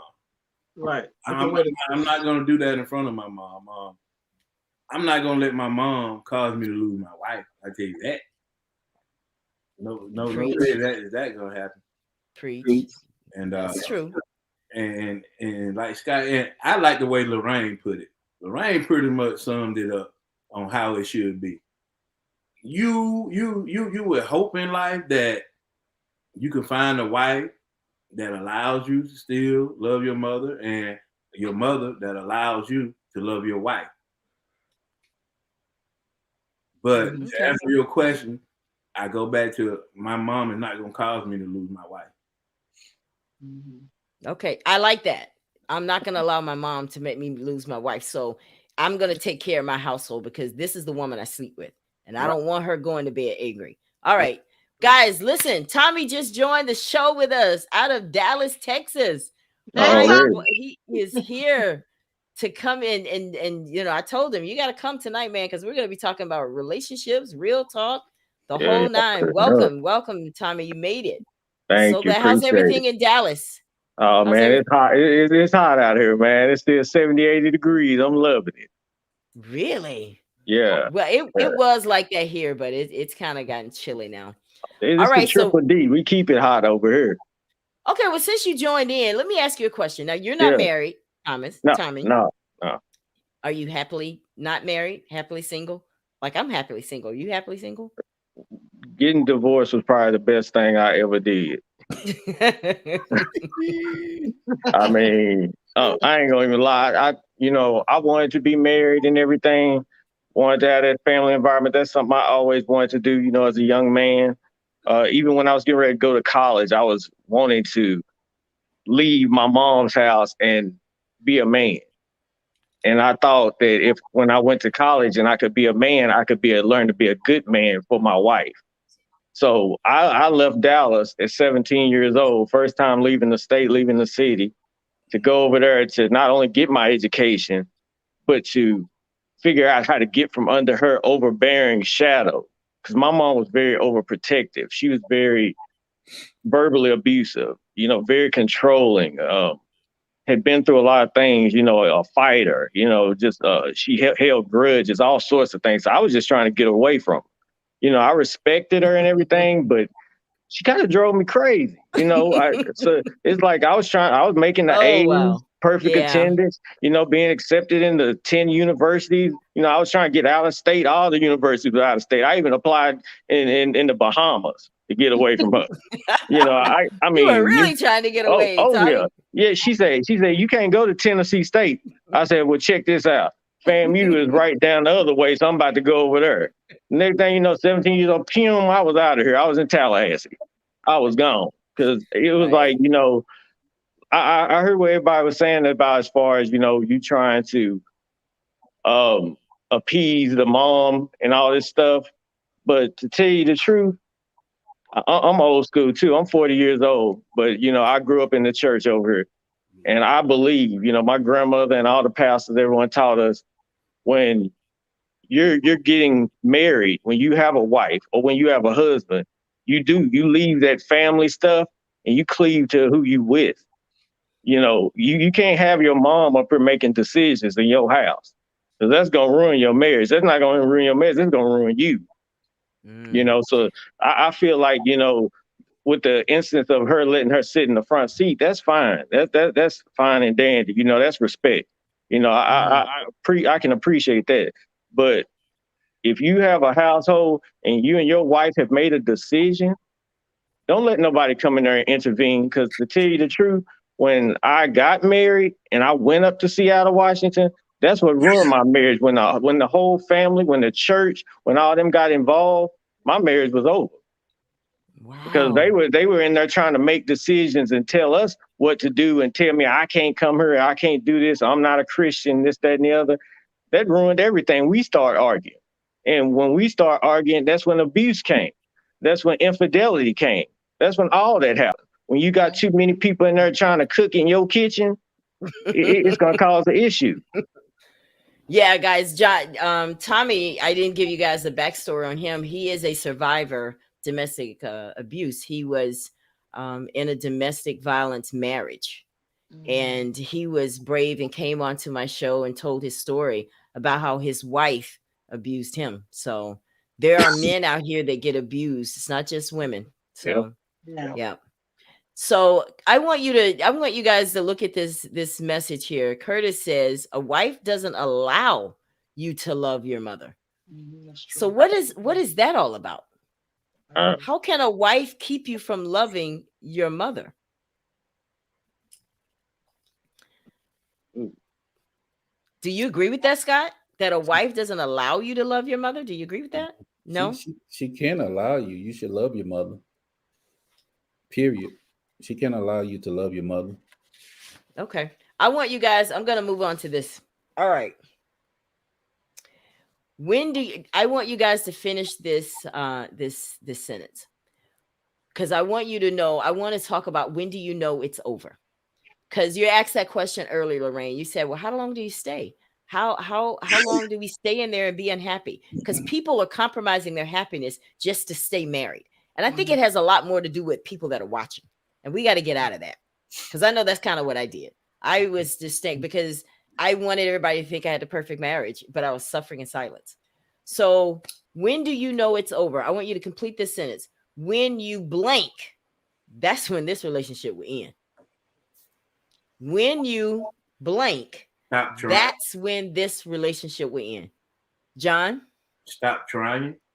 Okay. Charity? I mean, I'm with him. You stop trying. Yeah. That's when this relationship will end. Lorraine? For me, the way you phrase it, it's different. I just know the moment that I felt like I did not respect him, I had to leave. That's a good point. What about you, Tommy? When you blank, that's when this relationship will end. I always used to say in my marriage, when we stopped talking and you start putting your hands on me, that's when this relationship was over. Because after that, you were seen as a monster. So is that when it ended? After she started abusing you? That's when I knew I wasn't in love with her. I was just there. I was like a shell.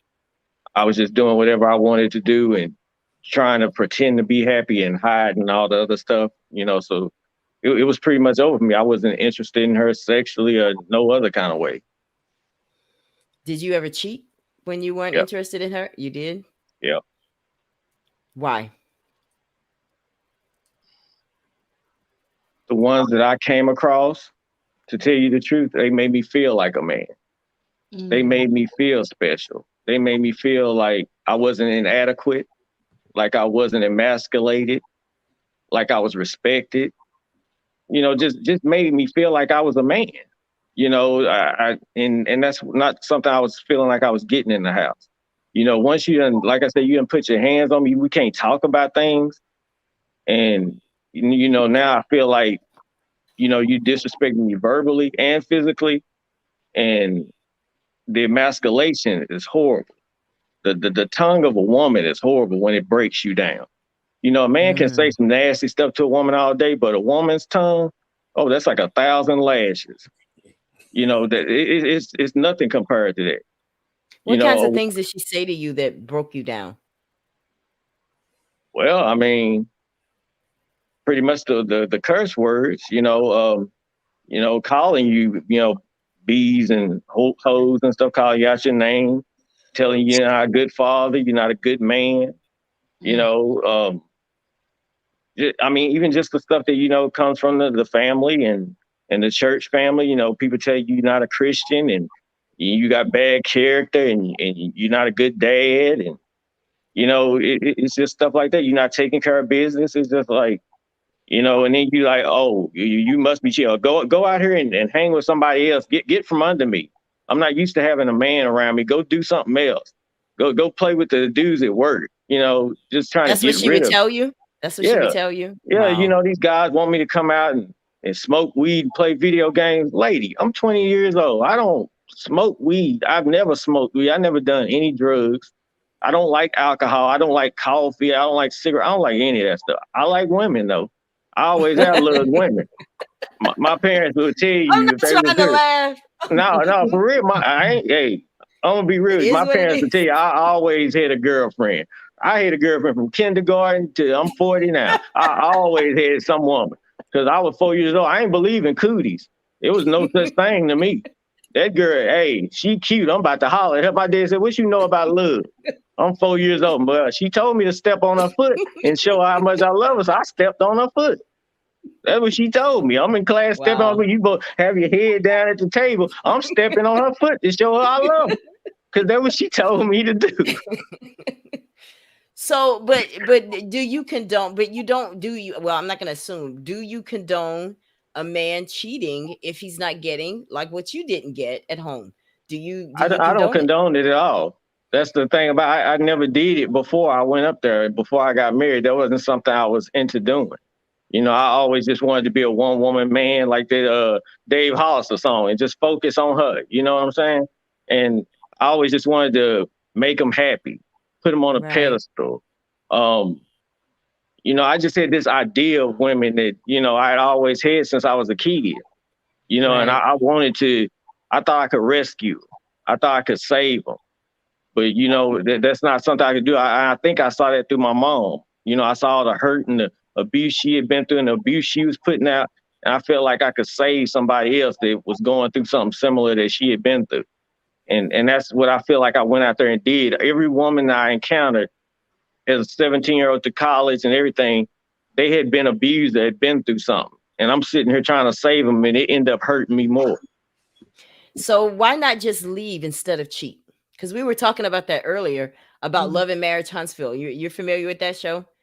I've And heard of it, but I don't watch too many of them shows because there's a lot of drama. I don't yeah, get into too many of the shows with, men and women, battling it out and stuff because I feel like we need each other. We here for each other, you true, know. true. So So why not just leave? Why cheat? Why didn't you just say, you know what? You're gonna treat me like that. I'm out of here. I'm not gonna cheat and lower myself like that. But why yeah, not just leave? Why did you and choose it, to cheat it, it instead? it was honestly it was a lot of fear. Um, it was a lot of uh fear of failure. Men don't like to fail. I don't like to fail either. I'm a Virgo. I'm a perfectionist. I like stuff a certain way. So everyone was telling us, don't do this, or you can't do this, or it's gonna fail, or it's gonna happen. And we was trying to fight. We was trying to fight through it all to Wow. not give up on the relationship, to not give up on the love, to not be able to have somebody say, I told you so. Right. So in that aspect, I was just like, I'm gonna stick it out. I figured like this. If for 17 years I could deal with being in my mama's house and the stuff she put me through, I could deal with anything. You could deal with anything. All right, guys. I've been through a lot. Yeah, I know. That's why I just love you. You're a survivor and you're just a beautiful person inside and out. Guys, I want to get to some of our Appreciate viewer questions. Because I want us to, because they may be watching tonight or they may play it back later, and I want to make sure they know that their questions got answered. So we're gonna go through these kind of quickly. The first question: my husband is beating me. Should I leave him? Lorraine. Absolutely. Absolutely. John and Charity. Should I leave him? Yes. that day. Tommy. Without a doubt, but do it Without a safely. doubt. But do it Yeah. safely. Okay. Number 2, I found some text messages on my husband's phone that were inappropriate from a lady at work. Should I confront him or just leave it alone? Lorraine. Confront. I would definitely confront, but it's how you do that. Just like I said earlier, I told you I was a straightforward guy. You just have to ask. I can imagine you, John, saying, "Hey, look at here, come here. What's Right. this?" John, Just like that. What's this?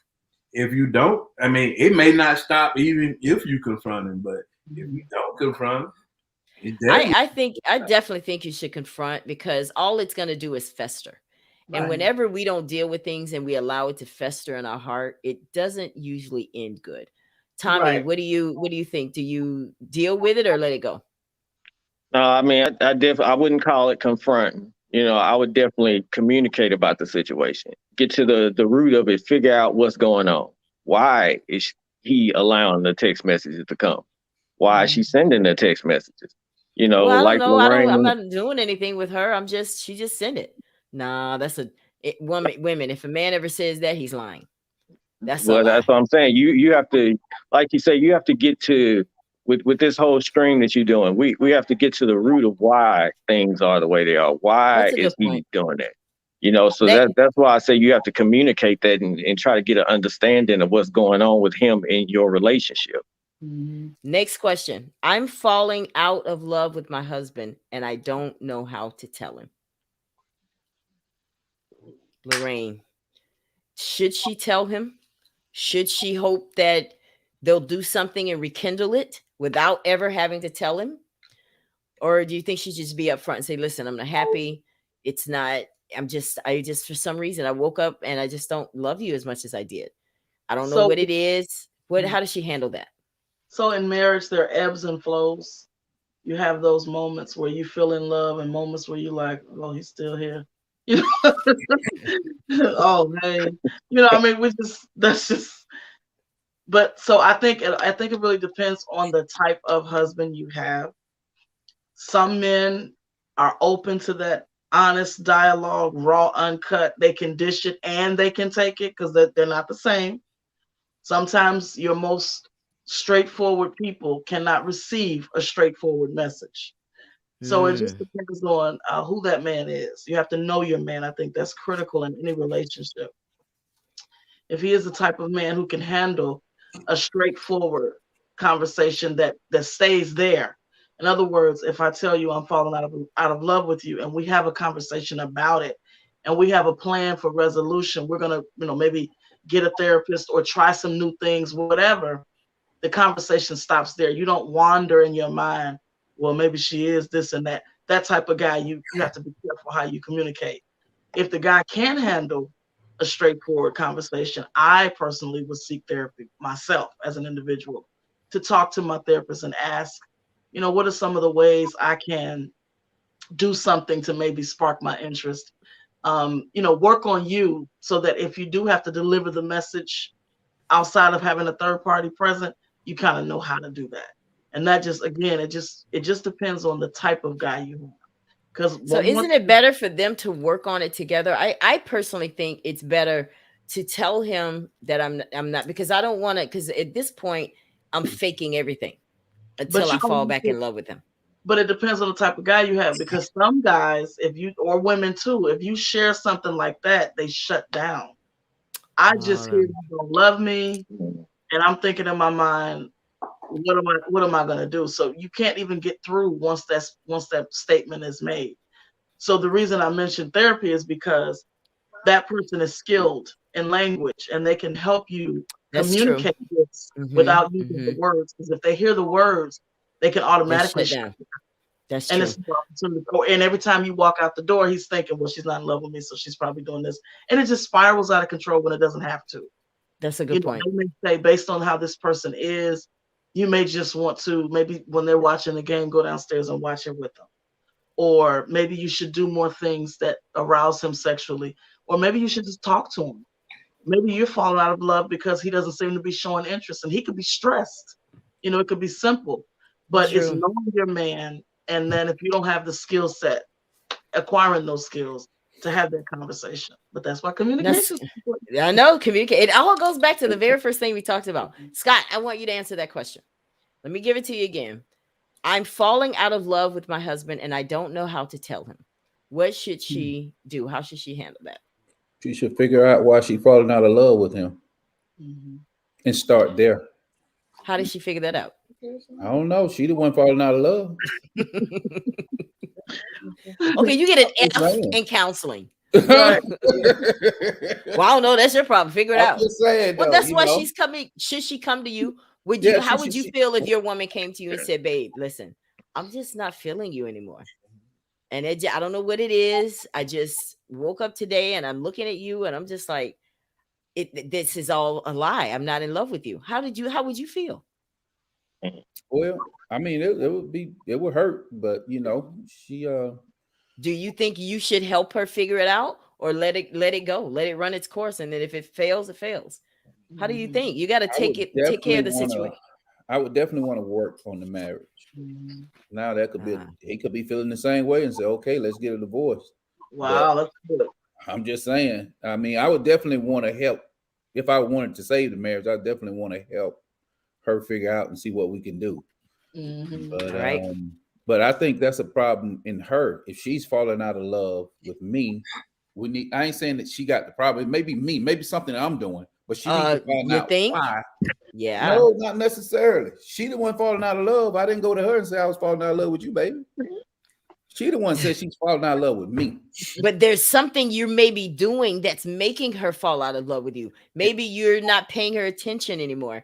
Maybe you're not complimenting her. Maybe you're not asking questions that you used to ask. And now she's over here thinking that maybe you're doing, so she's falling out of the guy that she met. She's falling out of love with the guy she met because you're not doing anything you were doing when she met you. So now is it just her problem or is it our problem? it's our problem anyway. Yeah. Anyway. Oh, okay. That's all I wanted to get you to say. She the one to come in and say, "Hey, I don't love you no more." See, he's back to it, Lorraine. I'm just sign him up. Sign him up. No. All right. Next question, guys. When he met me, I was a stripper. Hey, you guys are getting okay. Go. I'm sorry. Go ahead. All over. I'm sorry. Go ahead, sweetie. Okay, what I have to say is, first of all, anyone entering into a marriage, anticipating getting married or whatnot, you are truly delusional if you think that being in love is something that's just gonna always be in love. There are gonna be plenty of days where you're not going to even like to even look at the person that you're married to.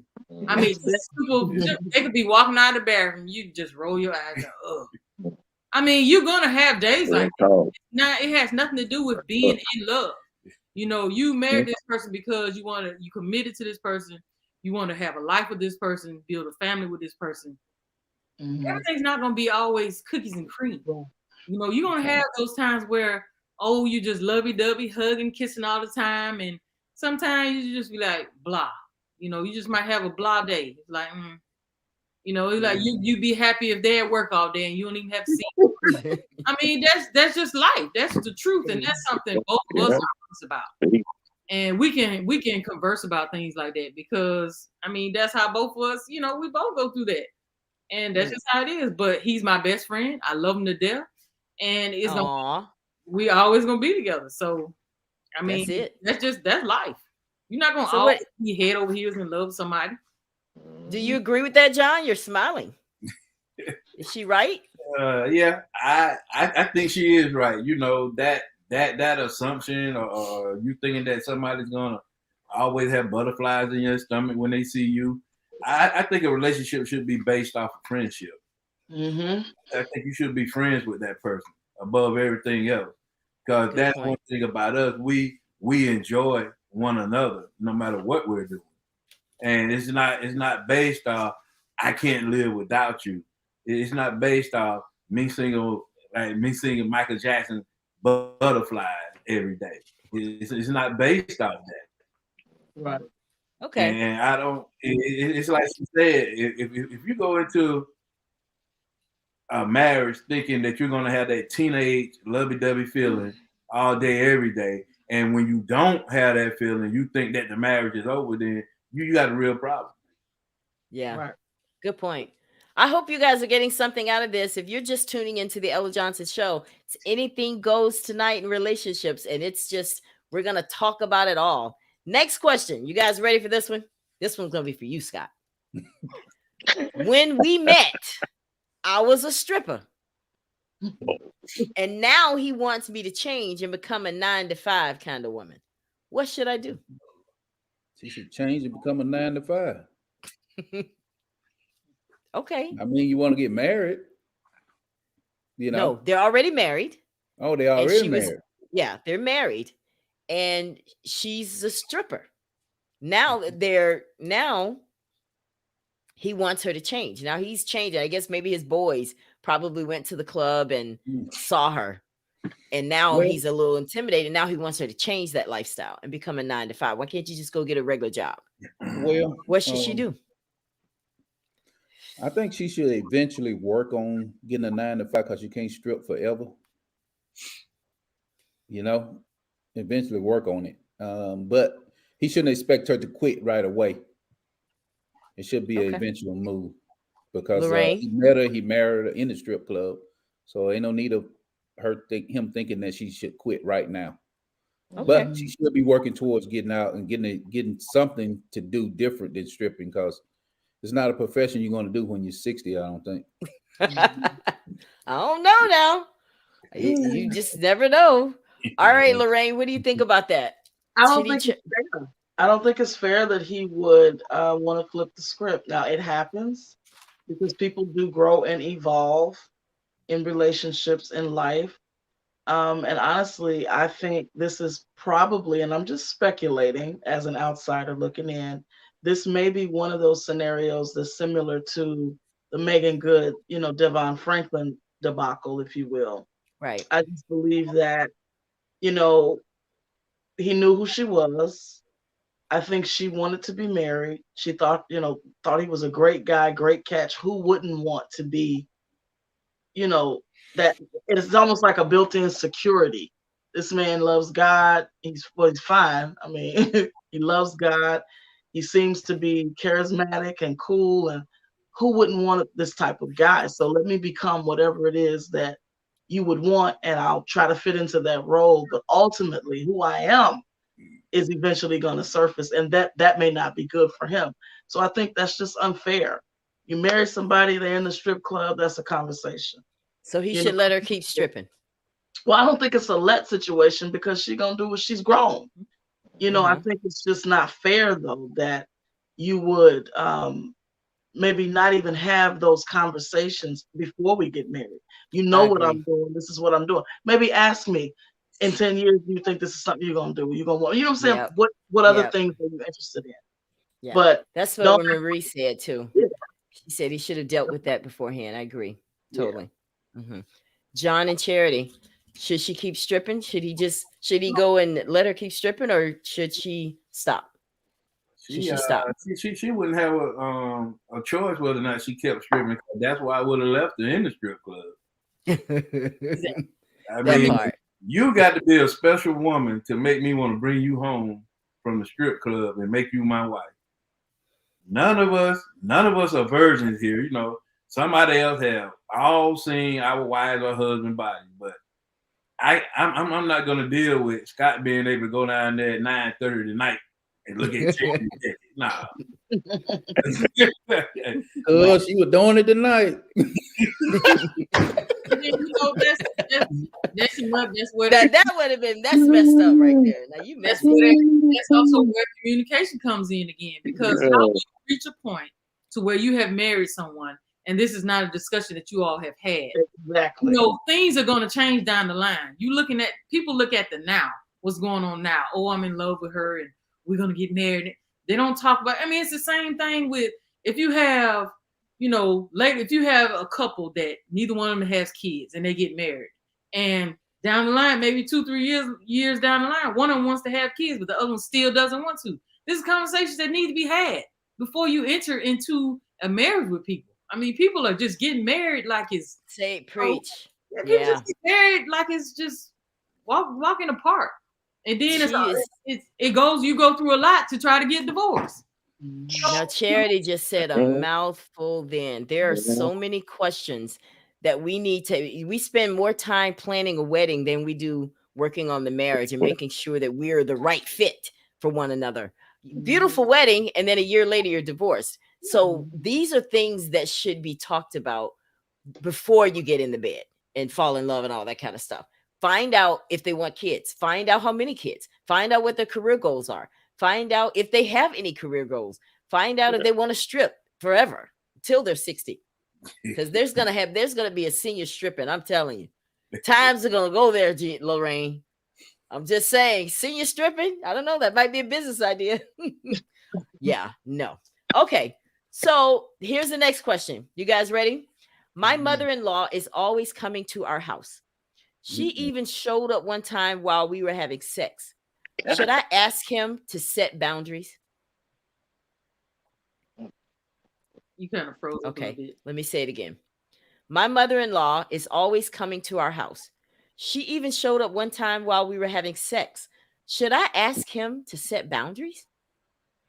Start with you, Tommy. Wait a minute, Tommy, you didn't answer the question about the stripper. Let's go back to that. Tommy, wait a minute. Come on now, talk to me. Well, I'm still stuck on this one you just said because I'm trying to figure out, does she have a key? Because some kind of restriction need to be said. They need to change the locks. So how she even get in there while they having sex? She has a key. Oh my God. She need to know when to use it. Exactly. But she didn't know they were having sex. How would she know they were having sex? But that's their house, though. It's got to be some boundaries. You can't, even though she's the mom, she got to learn, when you were in her house, she said, respect my house, right? Yeah. They tell you can't do this and when you go out and get your own place, you can do this, you can get your tattoo, you can do whatever. The same thing applies now. You grown, you married, you got your wife, you got your husband. Respect my house. There needs to be boundaries. This is their life now. They together. They've cleaved to each other. They don't need you coming in there interrupting them while they getting their groove on. Because she know doggone well back in the G when she was doing it, she wouldn't want no her mama coming up in her house with the key while she Right. getting her groove back. Right. So I Right. mean, people got to be considerate of that kind of stuff. They got to think about that kind of stuff. So what does he do? Say, Mom. What kind of conversation does he say to Mother? Mom, look. that's a hard one for me. 'Cause I'm thinking about my mama, and that conversation would be all oh Lord have mercy. I gotta think of it as a reasonable person. Hold on. Well, I mean, if he can talk to his mama the way you should be able to talk to your mama, he might want to tell her, like I said, this is my house, this is my wife. We were doing what we do, and we want to have a little privacy. You have a key and everything, but you have to learn to respect the fact that we could be doing something. We could be walking around the house naked. You don't know.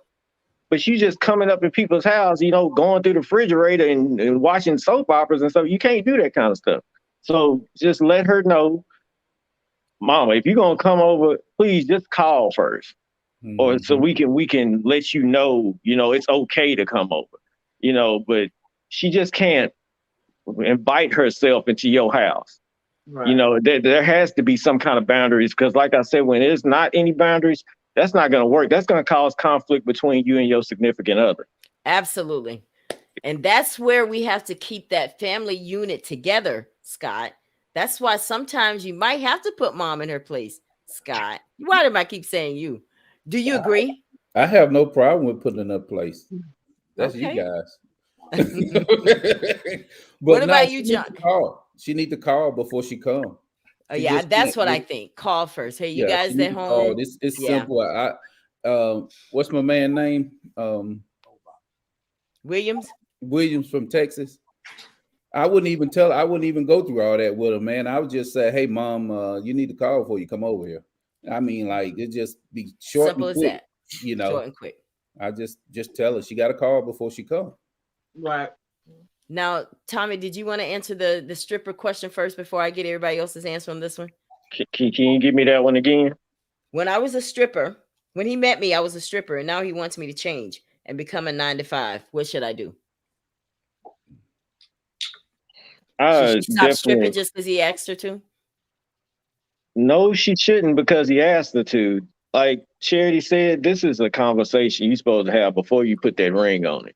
Mm-hmm. These are questions and conversations you should have had a long time ago. You let the lust of what you seeing get into your head and cloud your judgment. You just ready to pop the question, but then you should have wanted to know, hey, are you still gonna be doing this in 3 months after we walk down this aisle? Those are things that, like she said, people are just jumping into marriage, not even knowing the person. Unequally yoked. You got somebody, they might be a Catholic and they're a Muslim, and they can't get along. I mean, you see all the reality shows, these 90-day fiancés and stuff, and they unequally yoked. They can't even get along. I love that show, by the way. I'm a big fan of 90-day fiancé. Yeah, but it gets to me because it's like you're not paying attention to what these people are saying. They giving you all the red flags from jump. Right. But you so in love and you're so blinded by it that you're not even paying attention to what they're saying. They might be saying, I don't want any kids. But this whole time you wanted kids and you just gonna make them change. You can't make anybody change. Amen. A woman can't make a man change and a man can't make a woman change. They got their mind set on something. That's what they're gonna do. Mm-hmm. Well, I want to rush through these because I know that John and Charity have to definitely get on the road, and I know Lorraine wanted to go. We passed the hour and a half, guys. Sorry, but we're gonna answer this. I'm gonna let this be the last question for you guys, and so you guys can go and do what you have to do, and then I'll finish with everybody else. Is that fair? Is that good? Mm-hmm. All right. My husband wants sex so much that it's starting to hurt. I don't want him to cheat, so I do it anyway. Am I right? Nope. No, she's gonna end up resenting him.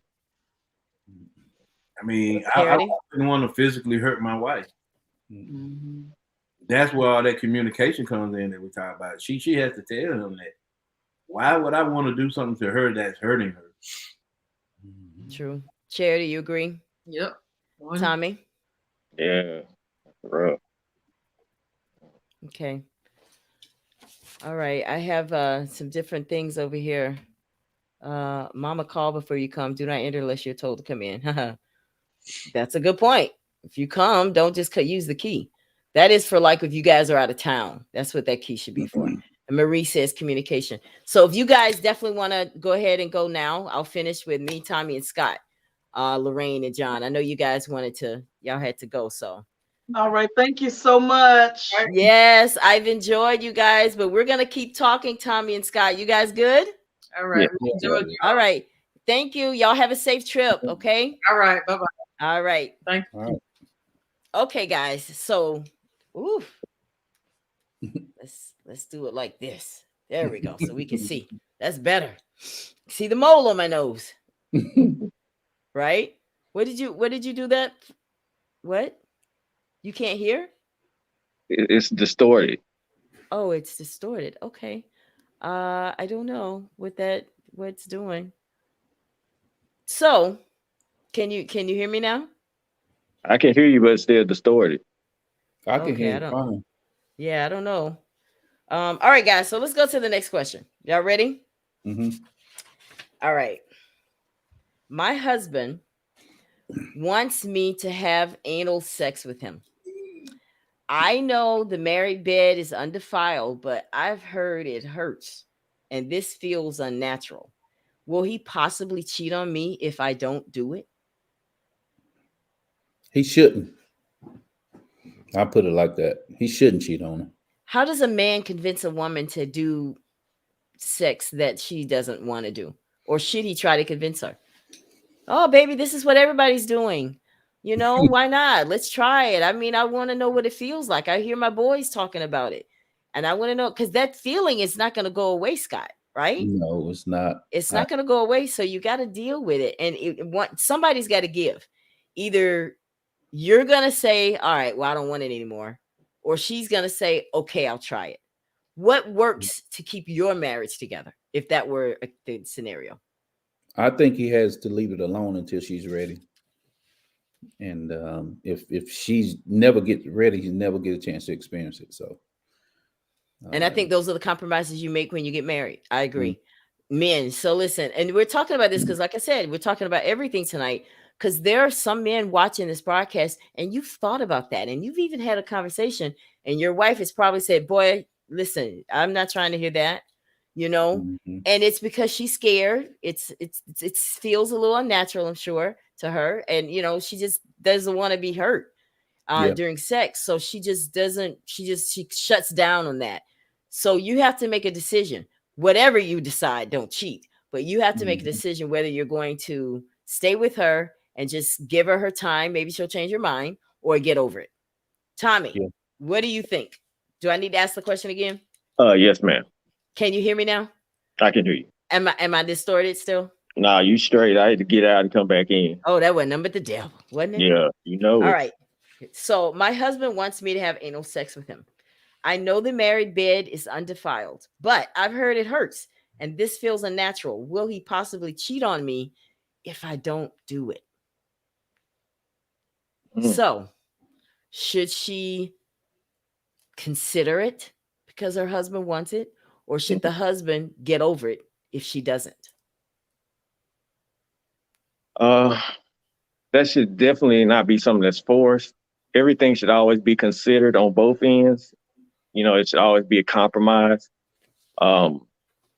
He would definitely have to, you know, let her come into it in her own way, you know, or figure out ways to make sure she's pleased before he makes sure that he's pleased in that way. Because maybe by him doing something to help her, it'll make it easier for her. So you always want to make sure that it feels just as good to her, not just about you. You know, if that's something you want, you got to make sure you're taking care of her too in that aspect if you want her to be able to get to that level. So good point. I like it.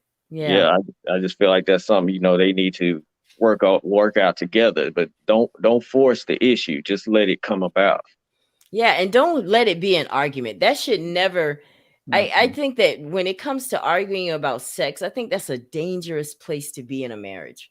Because it's so easy for you to say, that's why I cheated on you. You didn't want to give me what I wanted. You know, and women, it's almost like we got to communicate. But I personally think you should communicate about these things before you get married. Don't wait until that one night and you're all hot and horny and you're ready. Oh, you know what? I think I want to try that. And now you pop the question to her. She's like, whoa, whoa, whoa. We've never talked about this, right? Right, Tommy? She's like, whoa, you sprung that one on me. Well, listen here. Simmer down, buddy. Right? Simmer down, buddy. Already. I got 2 more questions from the from my audience that sent these questions. I got 2 more, and then we're gonna kind of wrap up the show. 2 more questions. My husband just became a deacon at church. He's always there. I'm not sure how I should feel about it, but I'm starting to get lonely. He became a deacon at church, Scott. That's a good thing. He's working for the Lord. And I think sometimes men think that we should just understand, if I'm at the church, I'm doing it for Lord. But God says that you have to be Lord of your own household first, right? Yeah. So how do you advise this young woman? Because she's torn. She's like, I'm starting to get lonely. Like, I'm sitting here, I clean the house like 3 times, and he's always at the church. And by the time he gets home, I'm asleep. Well, the church is not just for him. She could go with him, or she could just give him reasons to be at home. Like? Spice it up a little bit, you know. So she's got to go through all of that just for him to come home? Well, the man is, he's not out there cheating. He's going to church. Hopefully, that's it almost feels like they're cheating, though. Oh, I can't. I don't know. I can't get with that. I can't get what they feel like. He's giving his attention. Cheating is giving someone else more attention than you give your wife, right? Doesn't always have to be sex, right? Well, I don't know about that, Ella. When it comes to church, I don't know about that. So you're like, listen, we ain't gonna mess with God. He ain't really cheating there. But I mean, if there's no balance, then it almost feels like you are cheating. It should be balanced. It should be balanced, but sometimes when you get out of balance, your partner has to pull you back in. Let him know okay, listen now. Missing, you know. Okay, I feel you on that, Tommy. And get refocused. It kind of makes me think about something my pastor preached on back in 2004, 2005. He was saying how, that it's not that kind of situation, but it's more of when he's the pastor of the church and he has his pastor's wife, sometimes he has to remember that he still has a wife at home. Right. He has to remember that he has to listen to her, because sometimes God is going to come through her or through his kids. So he has to remember, before there was her and the kids and all that, there was God. But at the same time, they're wed, and he has to remember that he has to still pay attention to his wife, because she's like a vessel. She's a messenger. She's the helpmate, so in order for things to be okay in the home, he has to remember to divide his time, and listen to what she's saying, listen to what the kids are saying. Because sometimes it ain't gonna always come from you preaching the message. Sometimes it's gonna come from the other ones. And, she just has to, it starts with communication. Everything starts with communication. And marriage is work. So if you think it's just about the honeymoon phase, you're sadly mistaken. Everything is about work and communication and then love. But he has to be led by God, and then it's him, and then he takes care of his household. But I'm like Scott, I don't believe it's cheating that he's at church. Like you say, I hope he's at church. That's what he's doing.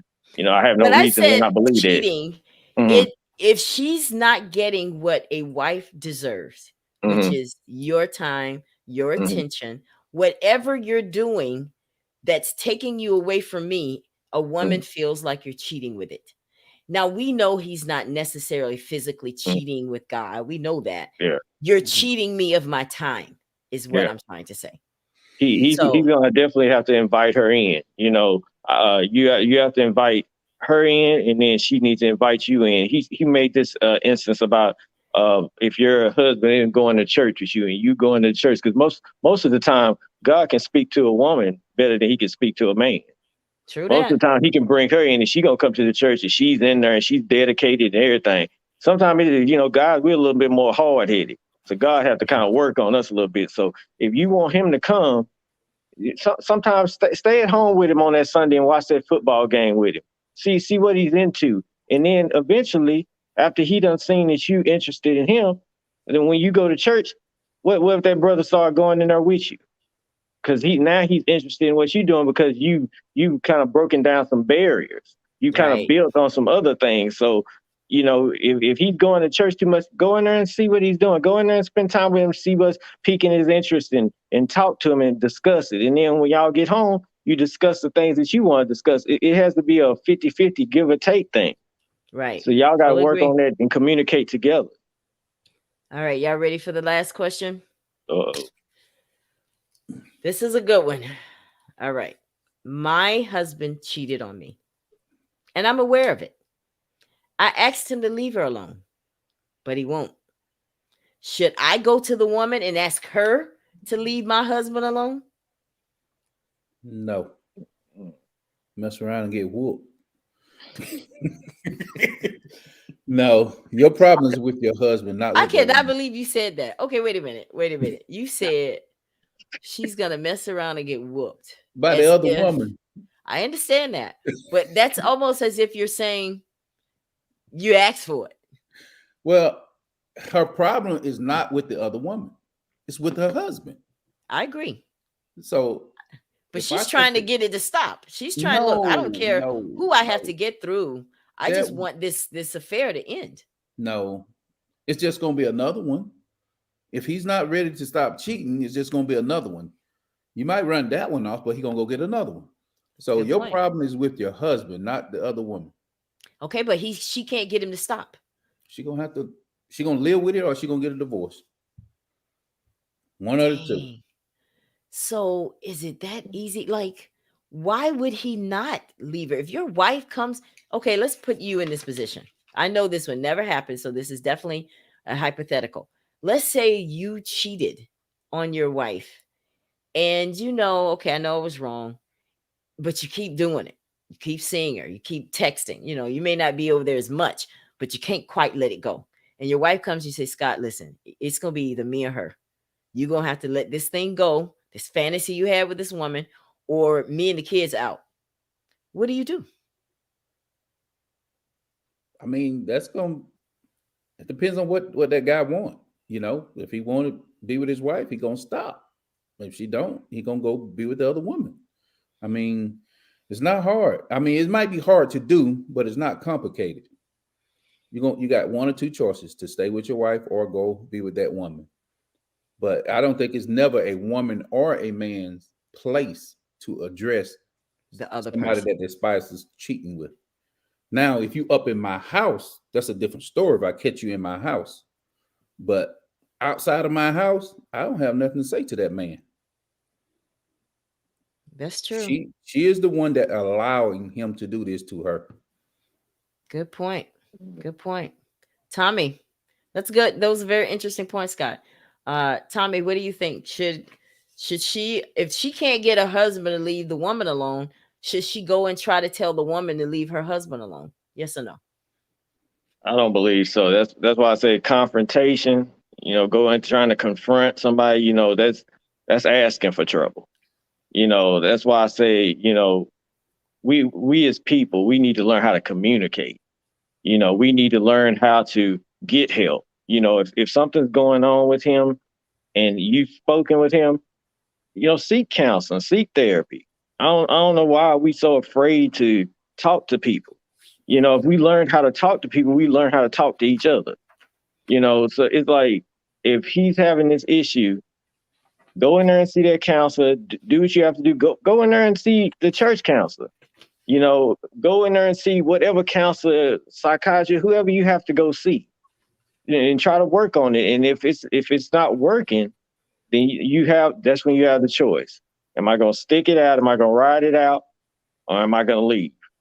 But once you feel like you've done everything you can do, once you got to that point, then you make your exit. But, going and trying to confront somebody else. So is this why women end up staying with a man knowing he's cheating? Because women do stay and they know he's cheating. They'll even catch him and won't leave. I mean, I wish I had a woman on here right now. So women, answer that. If you caught your man cheating, would that make it easier to leave? Now, let me throw it on you guys. Tommy, if you caught your wife cheating, would that make it easier for you to leave her? Do you have to actually see it in your face? Like I physically see her on top of this other man. Will that do something to you and make you want to leave? Or what is it going to take to make you leave? You know, us as men, we are visual people. You know, so if we're seeing this act, yeah, it's gonna make it that more tender to us. But also, I like movies too, and y'all have all probably seen The Best Man. When Yes. Morris Chestnut was up there at the wedding and he was crying and he kept seeing it, it was repeat. I'm like that, and I'm sure a lot of other men are like that. You know, you keep seeing it in your head, it keeps replaying. You don't even have to see it for it to tear you up. You know, men can sit here all day and act like we so hard and like stuff don't bother us and like we don't have feelings. But when stuff hurts a man, it hurts us deep. We just have to play it off. We just pretend. You know, we just do a good job of trying to save face. But in all actuality, we be hurting just as bad as y'all do. You know, so that's a good point. That's good. You know. But Tommy, let me ask you about, because I really want to dig into your brain a little bit, because you confessed here on the show that you cheated on your wife. Yeah. Did it feel good cheating while you were cheating? Did it feel good? No, it didn't. It was kind of a high, but it was kind of in a lot of ways, I was hoping she'd leave me, you know, because of the abuse and because I wasn't happy with her and because I believe that, you know, you couldn't divorce. You know, I believe a man could divorce his wife and no matter what she did and all this stuff that I heard in the church, you know. So I was always like, I just wanted that extra attention. I just wanted to be loved. I just wanted to feel adequate. I wanted to feel like a man overall. I didn't want to feel emasculated anymore. So you stayed because of what you learned in the church? Yeah. Oh, wow. Scott, speak on it. That's deep. He was in one of them hardcore churches. But I don't advise anyone to stay anywhere they're not wanted or they're being abused or anything like that. You know, the Bible do have a few reasons in there when you can get a divorce, and infidelity is one of them, you know. Yeah. So you don't, it's not staying at all costs. And just like God will forgive you for other sins, he'll forgive you for that if it is a sin. That's what I had to say. Like, look here, you've forgiven me before, Lord. Yeah. So if I'm wrong, you're just going to have to forgive me for this one too, because I'm out. Because there just comes a point when you either have to go or you're going to die there. And I don't mean physical death. I mean a mental, spiritual, slow death. Yeah. And when you are dying from the inside, that is painful. Yeah. Because everything you touch just sours, you know? And I'm just, well, I mean, I really do hate that you were abused, but did that help you? I mean, when you would go and sleep with another woman and then you had to go home, were you sleeping with both of them at the same time? No. So you I went and slept in another room. Yeah, she was okay with that. She never tried to say, why you ain't giving me none? She never. It always was an issue. You know, but I was having a little bit of PTSD, so I'd wake up, you know, like swinging at night sometimes. I was afraid for her to touch me. I didn't get aroused when she touched me. So it was like, why even do it? You know, that's a waste of time. You know, I don't really need to sleep with you because I'm not even attracted to you. You know, when men are going through stuff mentally, you're not even strong enough to, if you can control your erection if you want to. You can control it in your mind to where you're not even aroused. If you're having so many problems, so stressed out, so worried, you know, you hate, you got resentment, that can mess with you sexually. You know, you cannot even perform if you're dealing with something that you really don't want to deal with. You know, and the women are like, oh man, he impotent and he can't get it up. No, he's struggling with something. He might really be struggling with something mentally. some mental, and he's not aware of how to deal with it, and he just can't. He can't perform with you. But another woman come along, and he'd be just fine. But it's something in you or something between y'all that is staggered this man. So do you guys want women to be a little bit more sensitive sometimes? Do we come off too strong sometimes to turn that it actually becomes a turn off? I don't know. Well, Scott is saying, listen, Ella, nothing turns me off. So Well, a different I'm not question. gonna say that, but Okay, so since we're talking about that, what kind of stuff does turn you guys off? Because I want women to hear this from men, because we think we got it going on and we're making y'all, do this and that. And that's not necessarily what we're doing. So tell us what kinds of things that we do or should do or that we do that makes you guys, that turns you on. Tommy, what kind of things do women do that you like? Now, that's what I'm talking about. You said that I like her, that turns me off. Okay, we're talking about the stuff that turns you on right now. Well, I mean, a woman's mind, if she's educated, the way she carries herself, I like a nice dressed woman. I like a woman who knows how to match her clothes right and knows how to accessorize. You don't have to, for me, you don't have to do all the extra stuff like getting your eyebrows arched and the extra makeup. Now, Tommy, come on now. No, you seriously. You do not want a woman with all this bush on her face. No. I mean, you can have your self maintenance, but women going and getting all this threading and hurting themselves and putting on extra lashes and doing all. I don't feel like you have to do that. If I see you and you naturally beautiful, that's what's going to draw me to you. You can go outside and put on a tank top and some Puma sweats and some Puma shoes. You still looking good. That's what's going to attract me to you. But if you got to go in here and you got to, take yourself up and cover up what you feel like is a blemish, I don't feel like, tape yourself up? No, cake. Oh, cake yourself up. And then these girls nowadays are using this term, and as a DV survivor, I really hate it, and some of my other survivor sisters do too. You go get your face beat. You go in and getting all this blush and makeup and you getting all these colors, you getting your face beat, you getting real dolled up. And they call it getting beat now. So you coming in here getting your face beat and you looking like a DV victim. Because that's what you get. You get in your face. You got all these purples and oranges and all these colors. And man, we don't need all that. We want you to be your natural self. But what if a woman wants that? What if she wants to wear her makeup, her lashes, get her eyebrows? It's not about you. It's about her. If she wants to do that, that's all good. That's who she is. But I'm saying for me, it's beyond that. Your mind has to reach me. I'm looking at your legs and your breast and your behind and all that stuff and your face and your hair. But I want to know who you are behind all that. Because you can look fine on the outside all day and have the ugliest spirit. You can look like that all day and not even know how to treat a man, not even know how to, to treat yourself. Right. That's my whole thing. I want them to know who they are. I want them to have goals. I want them to be able to stand alongside me. I stand alongside them. You support me. I support you.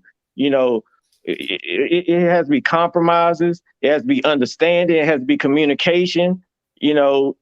Just things of that sort. I don't feel like you should have to. It should be put down to things and all about the appearance and all that sort of stuff. You just gotta be yourself, man. That's what's gonna draw me to you. If I see that you yourself, you're genuine. You gotta have a love for God. You gotta have some kind of knowledge. I mean, everybody went to college and everything like that, but if you got some kind of knowledge, some kind of education, if you're not talking loud, speaking loud, talking down on people, telling your homegirl, girl, you better check him, or girl, I'll put that sugar in his tank, break his key, bust the windows out. I don't need all that in my life. Men got enough trouble in the world. What kind of women have you been around? Putting sugar in the tank? I'm 40, but from Dallas to Florida to Seattle to Indiana, all the places I've been, Atlanta.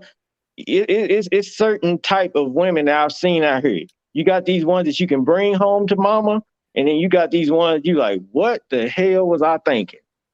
You know, because they get out here and they don't know how to act. You want a woman who knows how to act like a woman. You said she knows how to act like that. You don't want no little girl. You know, and it ain't even about age sometimes. Some of these 40, 50-year-olds don't know how to act either. But some of these 20 and 30-year-olds do know how to act, and they got that old soul, and they had been around somebody who showed them the way. They had their fathers, and they had their mothers, and they had somebody strong, and they showed them, that guided them. They have strong values and beliefs, you know, and those are the kind of women I like to be around. But I'm sure you've seen them out here, Ella, over there in Alabama and over in Florida. I'm sure you've seen some of these. They just talk down to a man. You know, I watched my mama bring me into the house and she tell them they got to use the bathroom outside. Me and my sister be like, they ain't no dang on dog. Like that's a man. He like you. He done told you everything. He likes you. He be coming over here and you sending him outside to use the bathroom. You know, I've you can't. never heard of that. Now that I've never heard of. I've seen some stuff. I might look young, it might seem naive, but I've seen stuff. I've been through some stuff. Wow. You know, my mom taught me a lot. Just being around, just watching what she did, showed me things. And then So do you think women are getting better, Tommy, or are we getting worse? To tell you the truth, with these TV shows that they watching, they're getting worse. With these music videos, with these Birkin bags and these songs telling them to get a bag and to get their nails done and to take these dudes for everything, it's getting worse.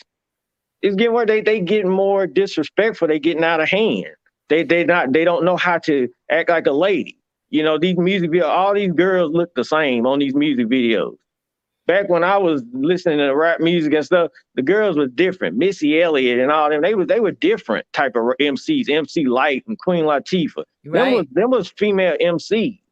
You know, but you got these ones out here now, and they looking like strippers. Now we got strippers rapping.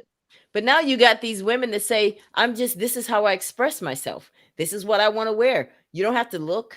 I don't wear this for men. I wear this for me. So you think that's disrespectful when a woman doesn't wear clothes? If she is wearing that, talking about she's doing that for herself, that's exactly the kind of man she gonna draw, or the kind of boy, or the F boy, as they like to call him. That's what she's gonna draw. She ain't gonna draw no man that's a husband. She's not gonna draw no godly man because he don't want that. You know, they be on, where's the good men out? You can't get no good man dropping it like it's hot like that with half your clothes hanging out. You can't get no man like that because he's gonna have you around for pleasure and for fun. And you're not gonna be a wife. And Scott knows what I'm talking about. That's why he's shaking his head. Oh, yeah. Scott, you agree? Yeah, I agree with just about everything Tommy said. You know, and the problem is they get upset when they figure out he just went around for pleasure and fun. Mm-hmm. And that's a whole nother problem. Mm-hmm. And that's the way that, you know, that guys perceive them.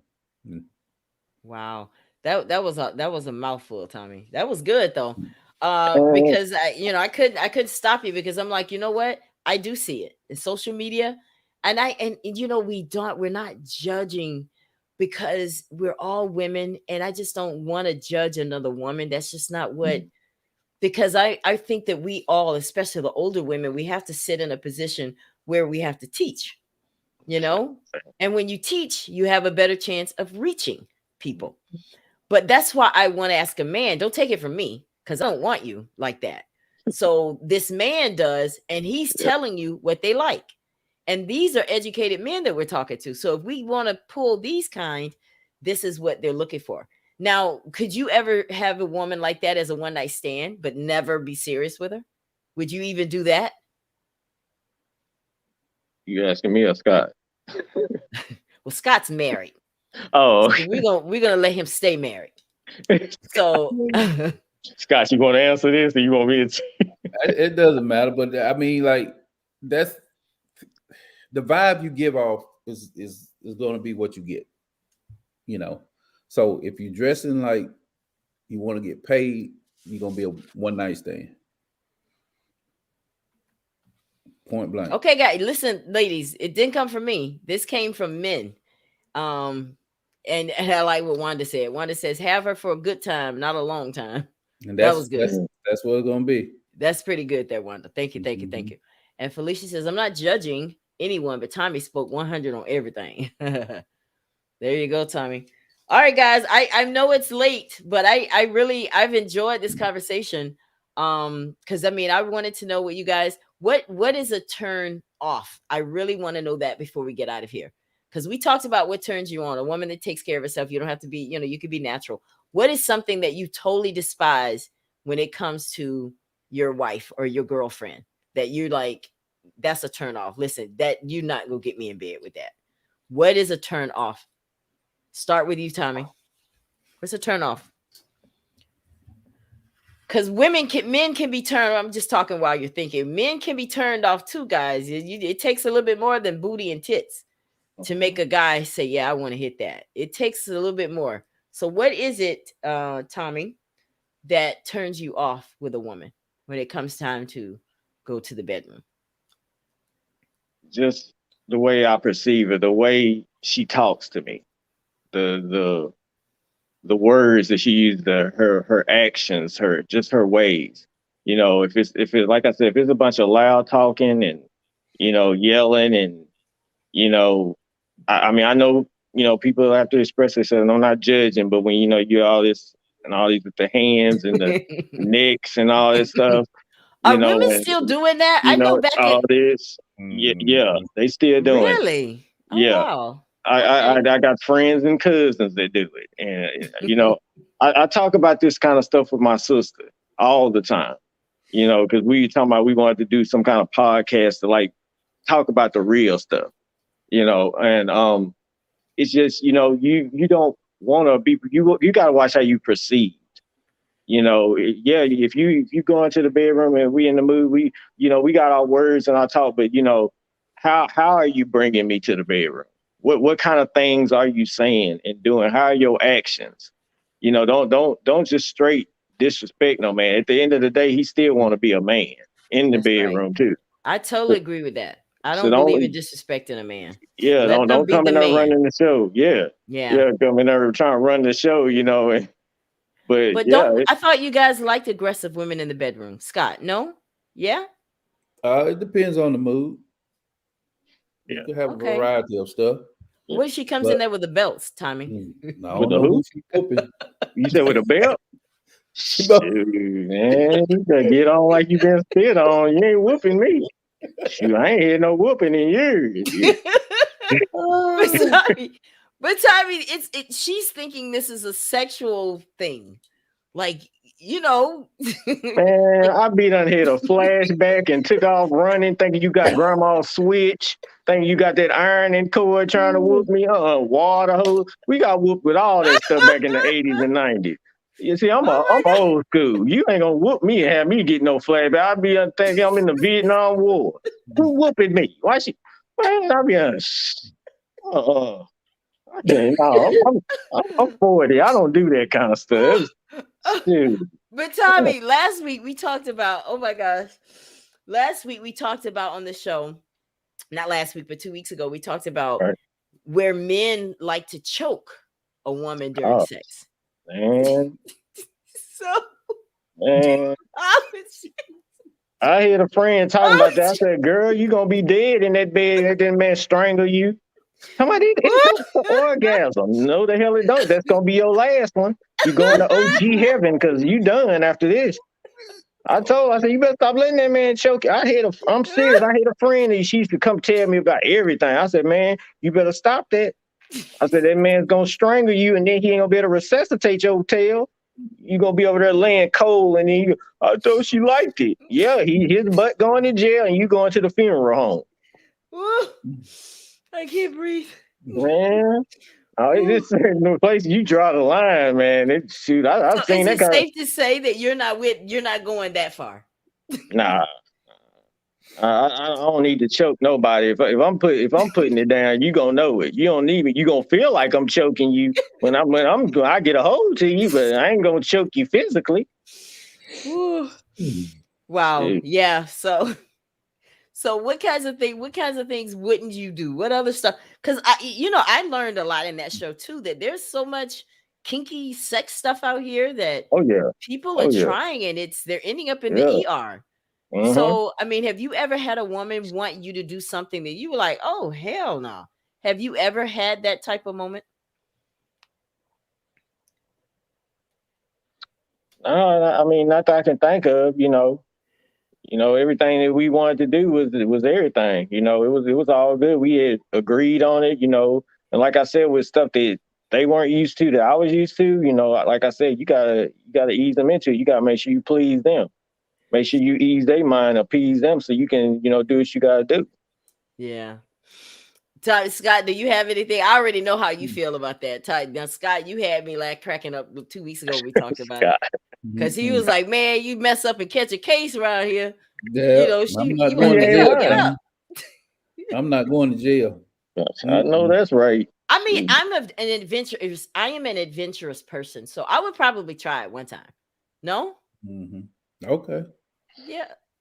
Well, you have to do a video and sign an affidavit. So if you die, they won't send me to jail. God, and the thing about it is too, you wake up black in America every day. You don't need to do no experimenting. You got that every right. day we walk out the door is a day is questionable. Yes, it. Whether you coming home or not. I know that's right. Do you really think that, Tommy? You really believe that? Believe what? I growing up in Dallas is not easy. Being in the places I've been in Tallahassee and in Indianapolis and Seattle, Tacoma, and I've seen some stuff. Yeah. And I know what's out here. I talked to my daddy before, he passed. I talked to my mom. I know why my mom was so strung up, because the stories they told. The stories my grandparents and all the people that ain't here no more, they told me stuff. And just the stuff I seen, and it's like, they have a saying, as a black man in the hood, you ain't supposed to make it past 25. If you make it past 25, you're an OG. Wow. 25 years old. Wow. I am curious about one thing though before we get out of here, Tommy. Have you healed from what your ex-wife did to you? I'm healing slowly every day. I'm working on it, and I since the last time we talked, I actually been able to talk to my daughter.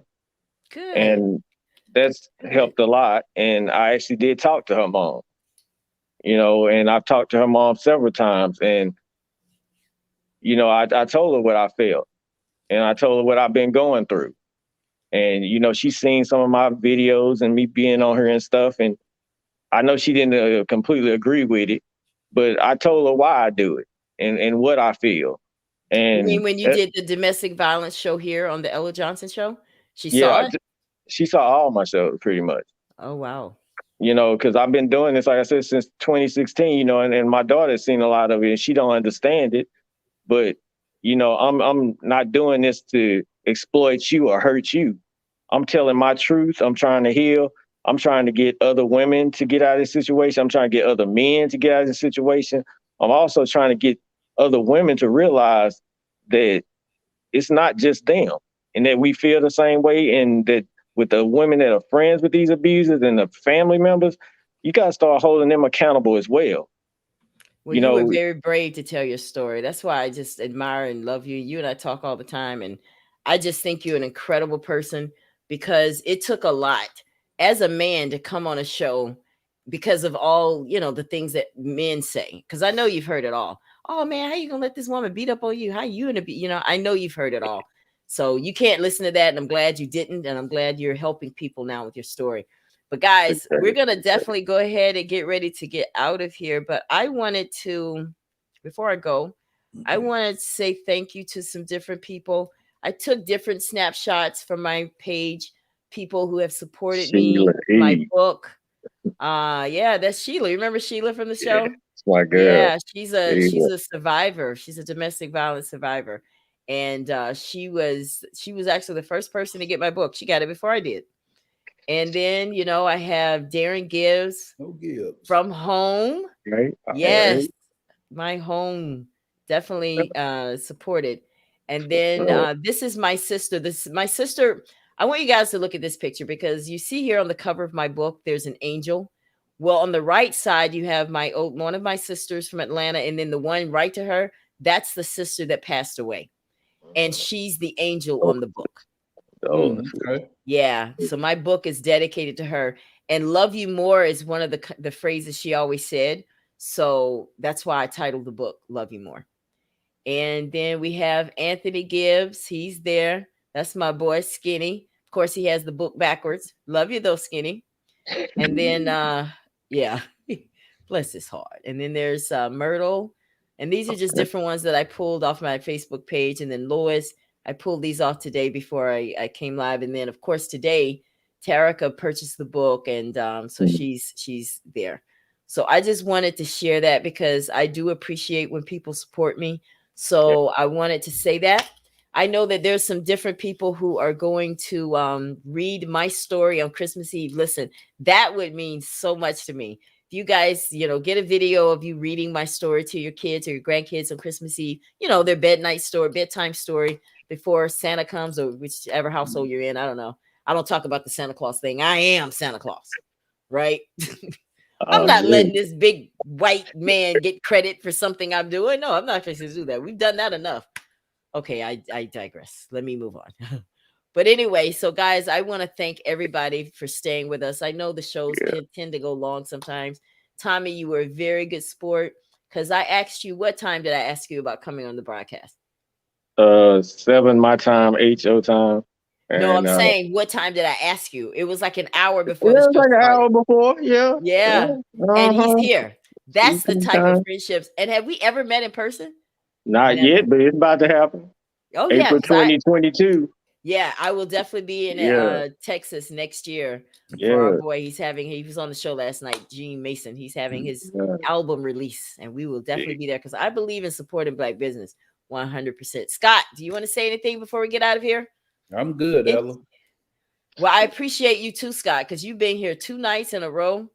And I just don't take it for granted. I appreciate you guys for coming on the broadcast because I can't get on here and talk about this stuff by myself. I need guests. So you guys come on here, you're not paid, and you just do it anyway. And I appreciate it.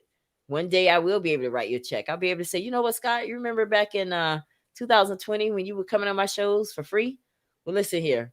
This is what I got for you now. You just never know how God moves it, right? That's right. Tommy, you got anything you want to? What'd you say, Scott?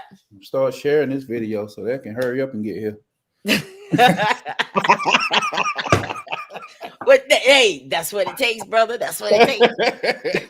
He said, "Oh, that's what it takes." Okay, well then let's get started then. So we go ahead and get that check cut. All right, Tommy, do you have anything, dear? Anything you have coming up that you want everybody to know about? No, I mean, I'm just pretty much like you said, trying to support your show. Everybody subscribe and make sure y'all follow. And, I appreciate meeting this young man, Scott, here today and everyone else that was on the panel. Also, like I said, April 2022, save the date for my boy Gene Mason and Shannon. With this event we got going on down here in Dallas, we want y'all to come from everywhere. Wherever you at, Canada, I don't care. Get down here. We about to party hard. We about to love and support one another. So, that's right. Yeah. I'll be there because you got to find me a makeup artist when I get I already found it. You found it? Okay, yeah. I found everything. Nails, all that you want. It's just down here. Lashes too. Oh, yeah. I know somebody, yeah. All right, guys. Well, thank you all so much again for tuning in. Listen, the next time I see you, you will have already had your Christmas. So I want to wish everybody a Merry Christmas. Please, please do me a favor and love on people no matter what. Don't get so caught up in the holiday that you forget the reason for the season. All right. Don't get caught up in what you get, what you don't get. Don't be trying to price tag everything or how much you spend for this. That is so sickening that we just forget about the birthday boy, right? We're celebrating his birthday. Why don't you give him a gift? Forgive somebody that you've been holding a grudge on for the whole year, the entire year. Let's bless him. How about that? We're always wanting him to bless us. Why don't we bless him on his birthday? So y'all have a Merry Christmas and a Happy New Year. And I'll see you next time right here on, you know what? I don't like to leave my show. I'm sorry, guys. I don't like to leave my show without bringing up the comments. Enjoyed you, classmate. Okay. And then Merry Christmas. Okay, wonderful. I like to make, because they're part of the show too. It's almost like they're sitting there with you. So I don't like to miss anything. But if I do, charge it to my head, not my heart. But listen, guys, again, Merry Christmas, Happy New Year, and we'll see you next time on the Ella Johnson Show. All right, guys. Good night. All right. Good meeting you, Tommy. If you would like to be a guest on the Ella Johnson Show, simply send an email to theellajohnsonshow@gmail.com or just send a text message to 407-334-6997. Thank you so much for tuning in to the Ella Johnson Show. We'll see you next time.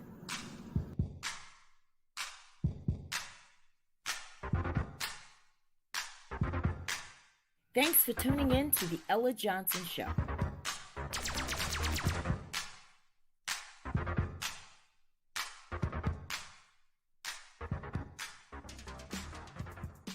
Friends, don't you miss out. You will never regret. Tune in at 8 p.m. YouTube and Facebook Eastern Time. We catch you there.